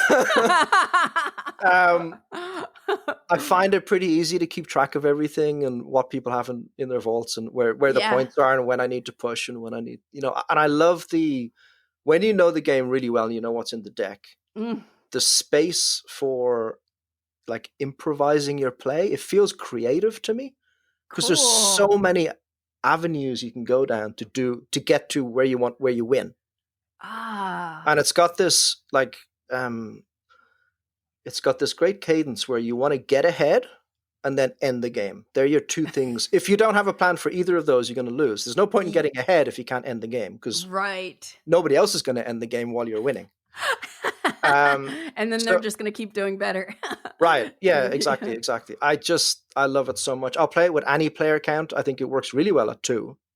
I've never tried it at 2. Yeah, it's good. It can be a little standoffish because the craftsman cards. So I should say, Glory to Rome is a multi-use card. It's kind of like the Genesis point for multi. I think. I don't know. Probably not. Or one of the most famous ones. One of the most famous, certainly. I think war games and things would have done that beforehand. But it's a game where you are playing cards to take actions, and there's a follow mechanism where people can follow around the table and do the same action that you do. You're trying to build buildings in front of you that give you crazy powers, all sorts of insane things. And then there's resourcing systems, and you're trying to build up the power of each action that you take. So how many times you can do it when cards you play it. In there. Yeah, it's every card can be like 1, 2, 3, 4, 5 things. It's so good. And for me, nothing has come close to Glory to Rome. I've played Mottainai. I like Mottainai. I've played Innovation. Innovation. I love Innovation. Innovation's a different game. Different think. beast. Yeah. No, but there was another one. I'm trying to remember. Something to do with containers or cargo. import, right. export. That was like kind of a mix of container and Glory to Rome. Yes. Yeah. Mashup kind of thing. It might be a case of similar to Race for the Galaxy, where it's too close and it just made me want to play Glory to Rome. That's gotcha. Very possible, but for me, nothing has come close to Glory to Rome. I love it. I wish people could play it. I wish it was available. That it is sad that I at some point, like 2 years ago, I bought the first edition of Glory to Rome, like the kind of cartoon characters. Yeah. So I have that, but and then I also do have import export. Like whenever the last time, like there was it comes in this like container, and I had played it before. But I haven't played it since I got my copy of it. Mm-hmm. I'll revisit it just because I haven't played Glory to Rome nearly as many times as you. I love it. So I might be able to be someone who plays import-export and be like, oh, this is filling that void, you know? Right. Yeah, Who knows? I need to revisit it. But that's great. That's awesome. It is so good. Carl Chudik in general, I think, is a slightly undersung designer. I think Innovation is incredible. Yeah. I also think Impulse is a genius design. I haven't played Impulse. Impulse is like a 4X game in a deck of cards. Like a 4X space game in a deck of cards. That sounds cool.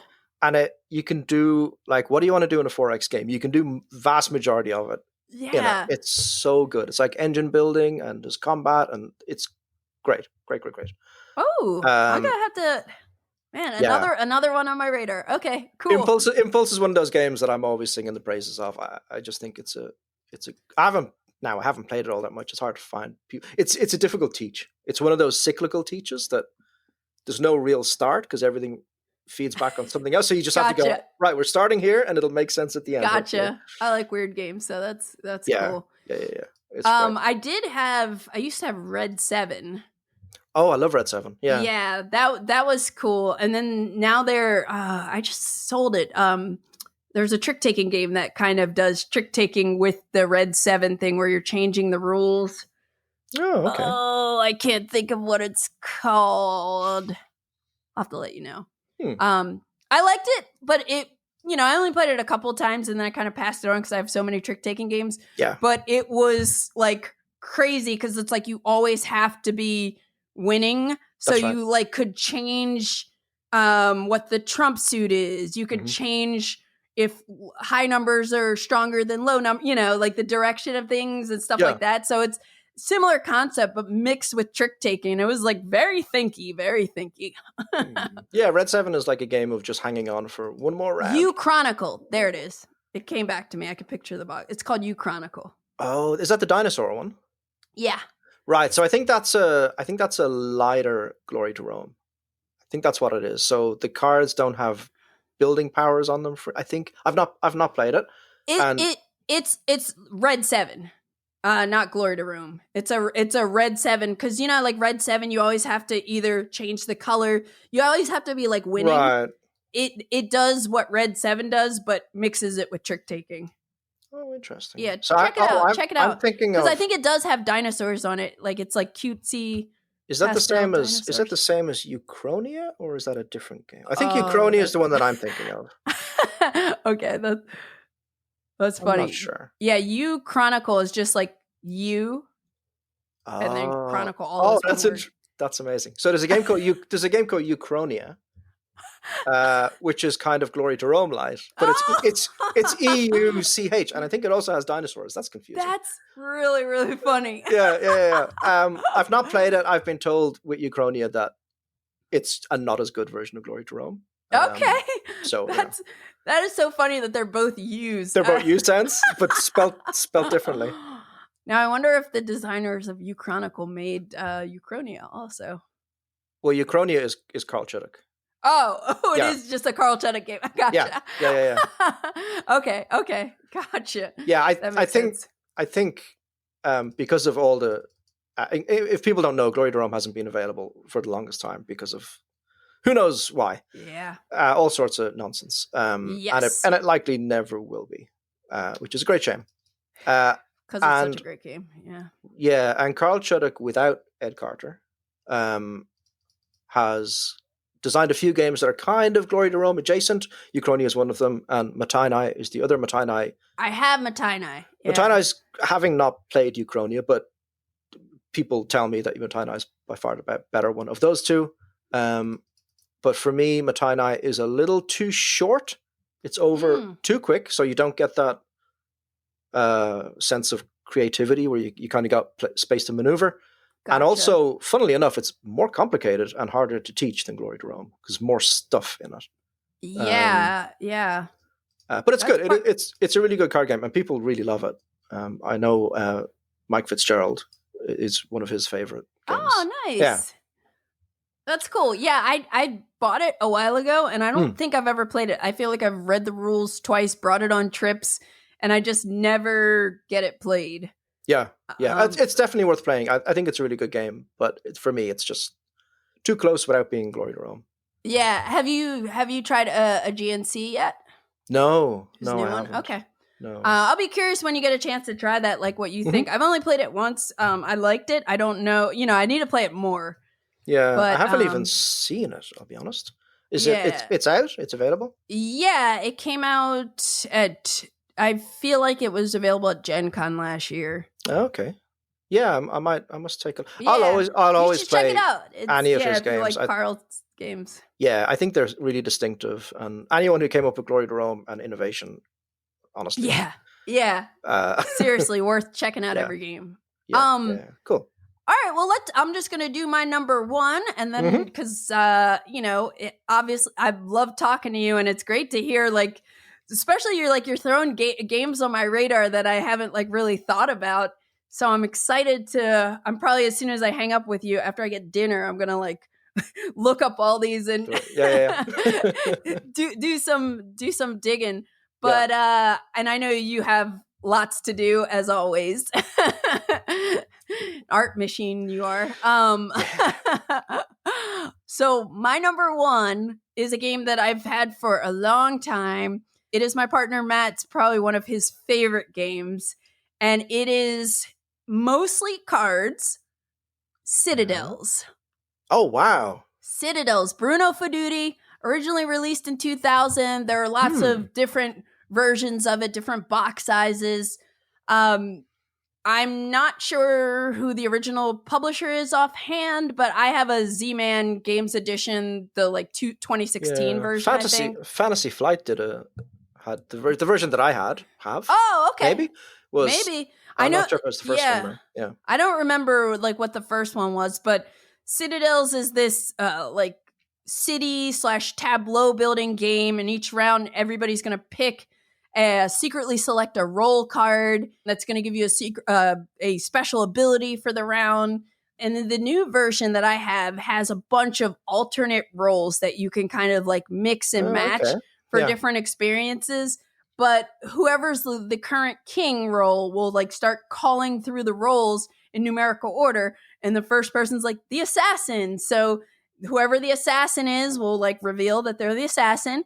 They'll take their actions. The actions are really simple. It's you can either first get 2 gold or get a new card, and then you can play as many cards as you can afford. And you're building these city cards, and once somebody has 7, I think, the game ends, and you're just kind of scoring them. But the assassin, as an example, can name another character that they're going to kill. And let's say... Not a player, a character. Yeah, a character. So let's say they say we kill the merchant. Yeah. Okay, when it comes around to the merchant doesn't say anything because they're dead. And then at the end of the round, we find out, oh, Ian, it was you. Oh. Or it was no one. Or it was no one. Because, there's going to be 1 or 2 cards face down, which is kind of fun. And there's a thief who can rob one character. Yeah. There are people who can get extra cards, extra money. Some give you advantages, make it cheaper to build certain type of buildings or, it's a really fun game. Another kind of intro game. We've just played it a ton. Yeah. And does this one still hold up for you? Or are you still happy to get it out and play it? It does. Yeah. It has stayed on my shelf. I think that I have other games I would pick over this, but this is a crowd pleaser that, again, my partner Matt, if he's going to play games, because he's not playing Gaia Project with me yet. Yes, yeah. But he loves this game because he's like, it's just fun. You know, you can play it with 2 people, you can play it with 6 people, and it's just like it's relatively easy to teach. And I love the intrigue and the mind games of, you know, if I am the assassin and I want to like hurt someone, I'm trying to deduce and try to figure out what is their role when I call out who I'm assassinating, you know? Yeah, knowing that they might have chosen something to avoid the assassin. Yeah. And I did just, like, we did just break this out like 2 weeks ago. Mm-hmm. And a friend of mine who actually, he's a big Lacerda fan. And like plays a lot of heavy games, but also appreciates, you know, fun light stuff. And he told me he was about to buy this, so he liked it. Yeah, it's funny. I haven't played it in a long time. So yeah, the version. So Fantasy Flight used to do a line of, I think it was called Silver Line, like little, really nice little small boxes. And they had some really good like card games and little Euro-y games. They did some Rhino Knizia stuff and things like that. But the version I have had of Citadels was that one, and we played it. We played it a bit, and I really liked it. I wouldn't mind playing it again now. It's been a long time. Yeah. It's one of those games I haven't thought about in a long time. But now that I'm thinking about it, I'm like, I could play Citadels again. It's kind of a classic in our household at this point. Yeah. Any game where you're trying to figure out, any game where you're trying to figure out what people are doing, and you can trash talk and stuff. For me, if it's a short-ish card game type of thing, I love it. That's my jam. Yeah. So well, maybe you'll get to revisit it. Yeah, I would happily play this again. And again, like the newer versions of it come with like a bunch of different roles, so you can kind of mix and match. And the one that I have, the rule book has like, if you want a more aggressive game, play with these roles. And if you want, it has like a bunch of recommendations, or you can kind of just pick whoever you want and make your own like homebrew kind of mix of the roles and everything. Yeah, I'm surprised to hear it works with 2.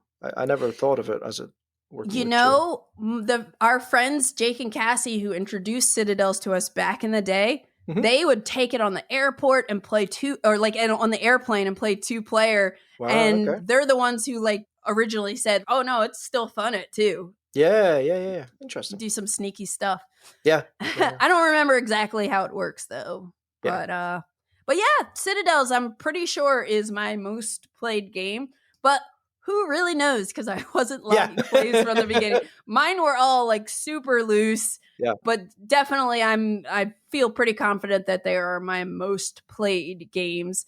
And it was like so cool to hear your most played games, because even Newton is like, you're right. It's a game that like you don't hear about that often. And I only played it once back in the day, and you made me want to revisit it because the card, mechanism sounded really, really cool. Yeah, so, I think for the longest time, I was super excited about like playing new games. And my wife was always, my wife plays, like, I'm very lucky. She plays a ton of games with me. That's awesome. But she doesn't want to be learning new games all the time. She wants to delve into games. And that's actually really brought me around to that, because I've been like, these games are great when you've played them like 40, 50 times. Keep playing them. They're so great. So play your games lots of times.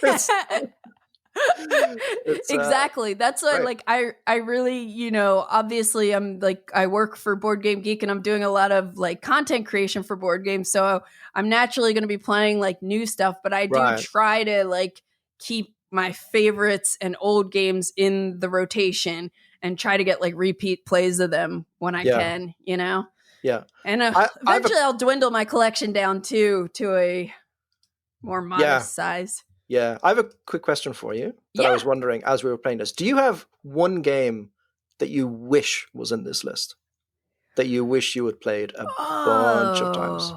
That is a good question. Yes. I think the one that comes to mind is The Great Zimbabwe.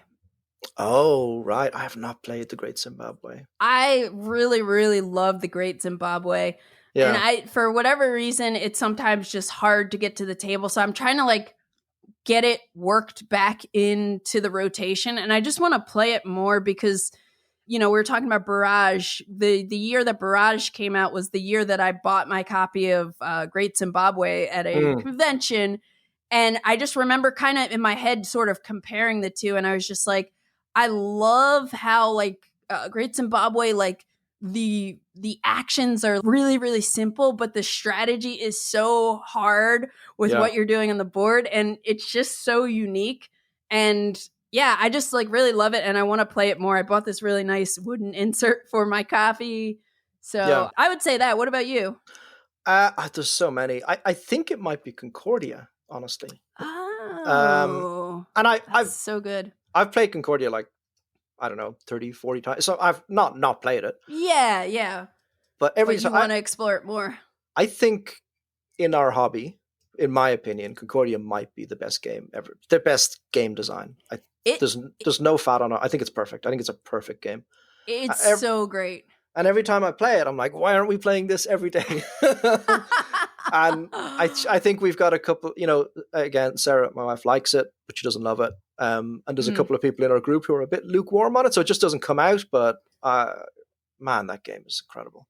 Yeah, it really is. Like, I remember the first time I played it, I was just like, you know, it doesn't look like it's going to be much, but it's like, it is really, really, really good in so many ways. Have you ever played the team variant where with the Venus one? It's one of the expansions. Venus. Oh, Venus. Yeah. I have everything for Concordia. Every time I go to Essen, I can't not buy the Concordia maps.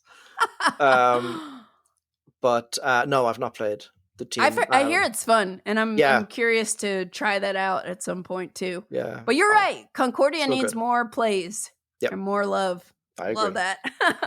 Awesome. Well, Ian, thank you so much for taking the time to chat with me. I'm so glad we're finally doing this. Yeah. It was awesome to hear your most played games, you know, quite different from my list, which is amazing. Yeah. And you definitely put a few things on my radar today that I'm going to be checking out and probably picking up. So I'll be looking forward to our game of Werewolf at Essen. Absolutely. Thanks, Candice. It's been fun. You've been listening to the Board Game Geek podcast, produced and edited by Candice Harris. Special thanks to Matt Fonda for editing and mixing our music. Be sure to visit us on the web at boardgamegeek.com. You can also find us on YouTube, Twitter, Blue Sky, Instagram, Facebook, TikTok, and Twitch under Board Game Geek. You can reach us by email at podcast@boardgamegeek.com. Thanks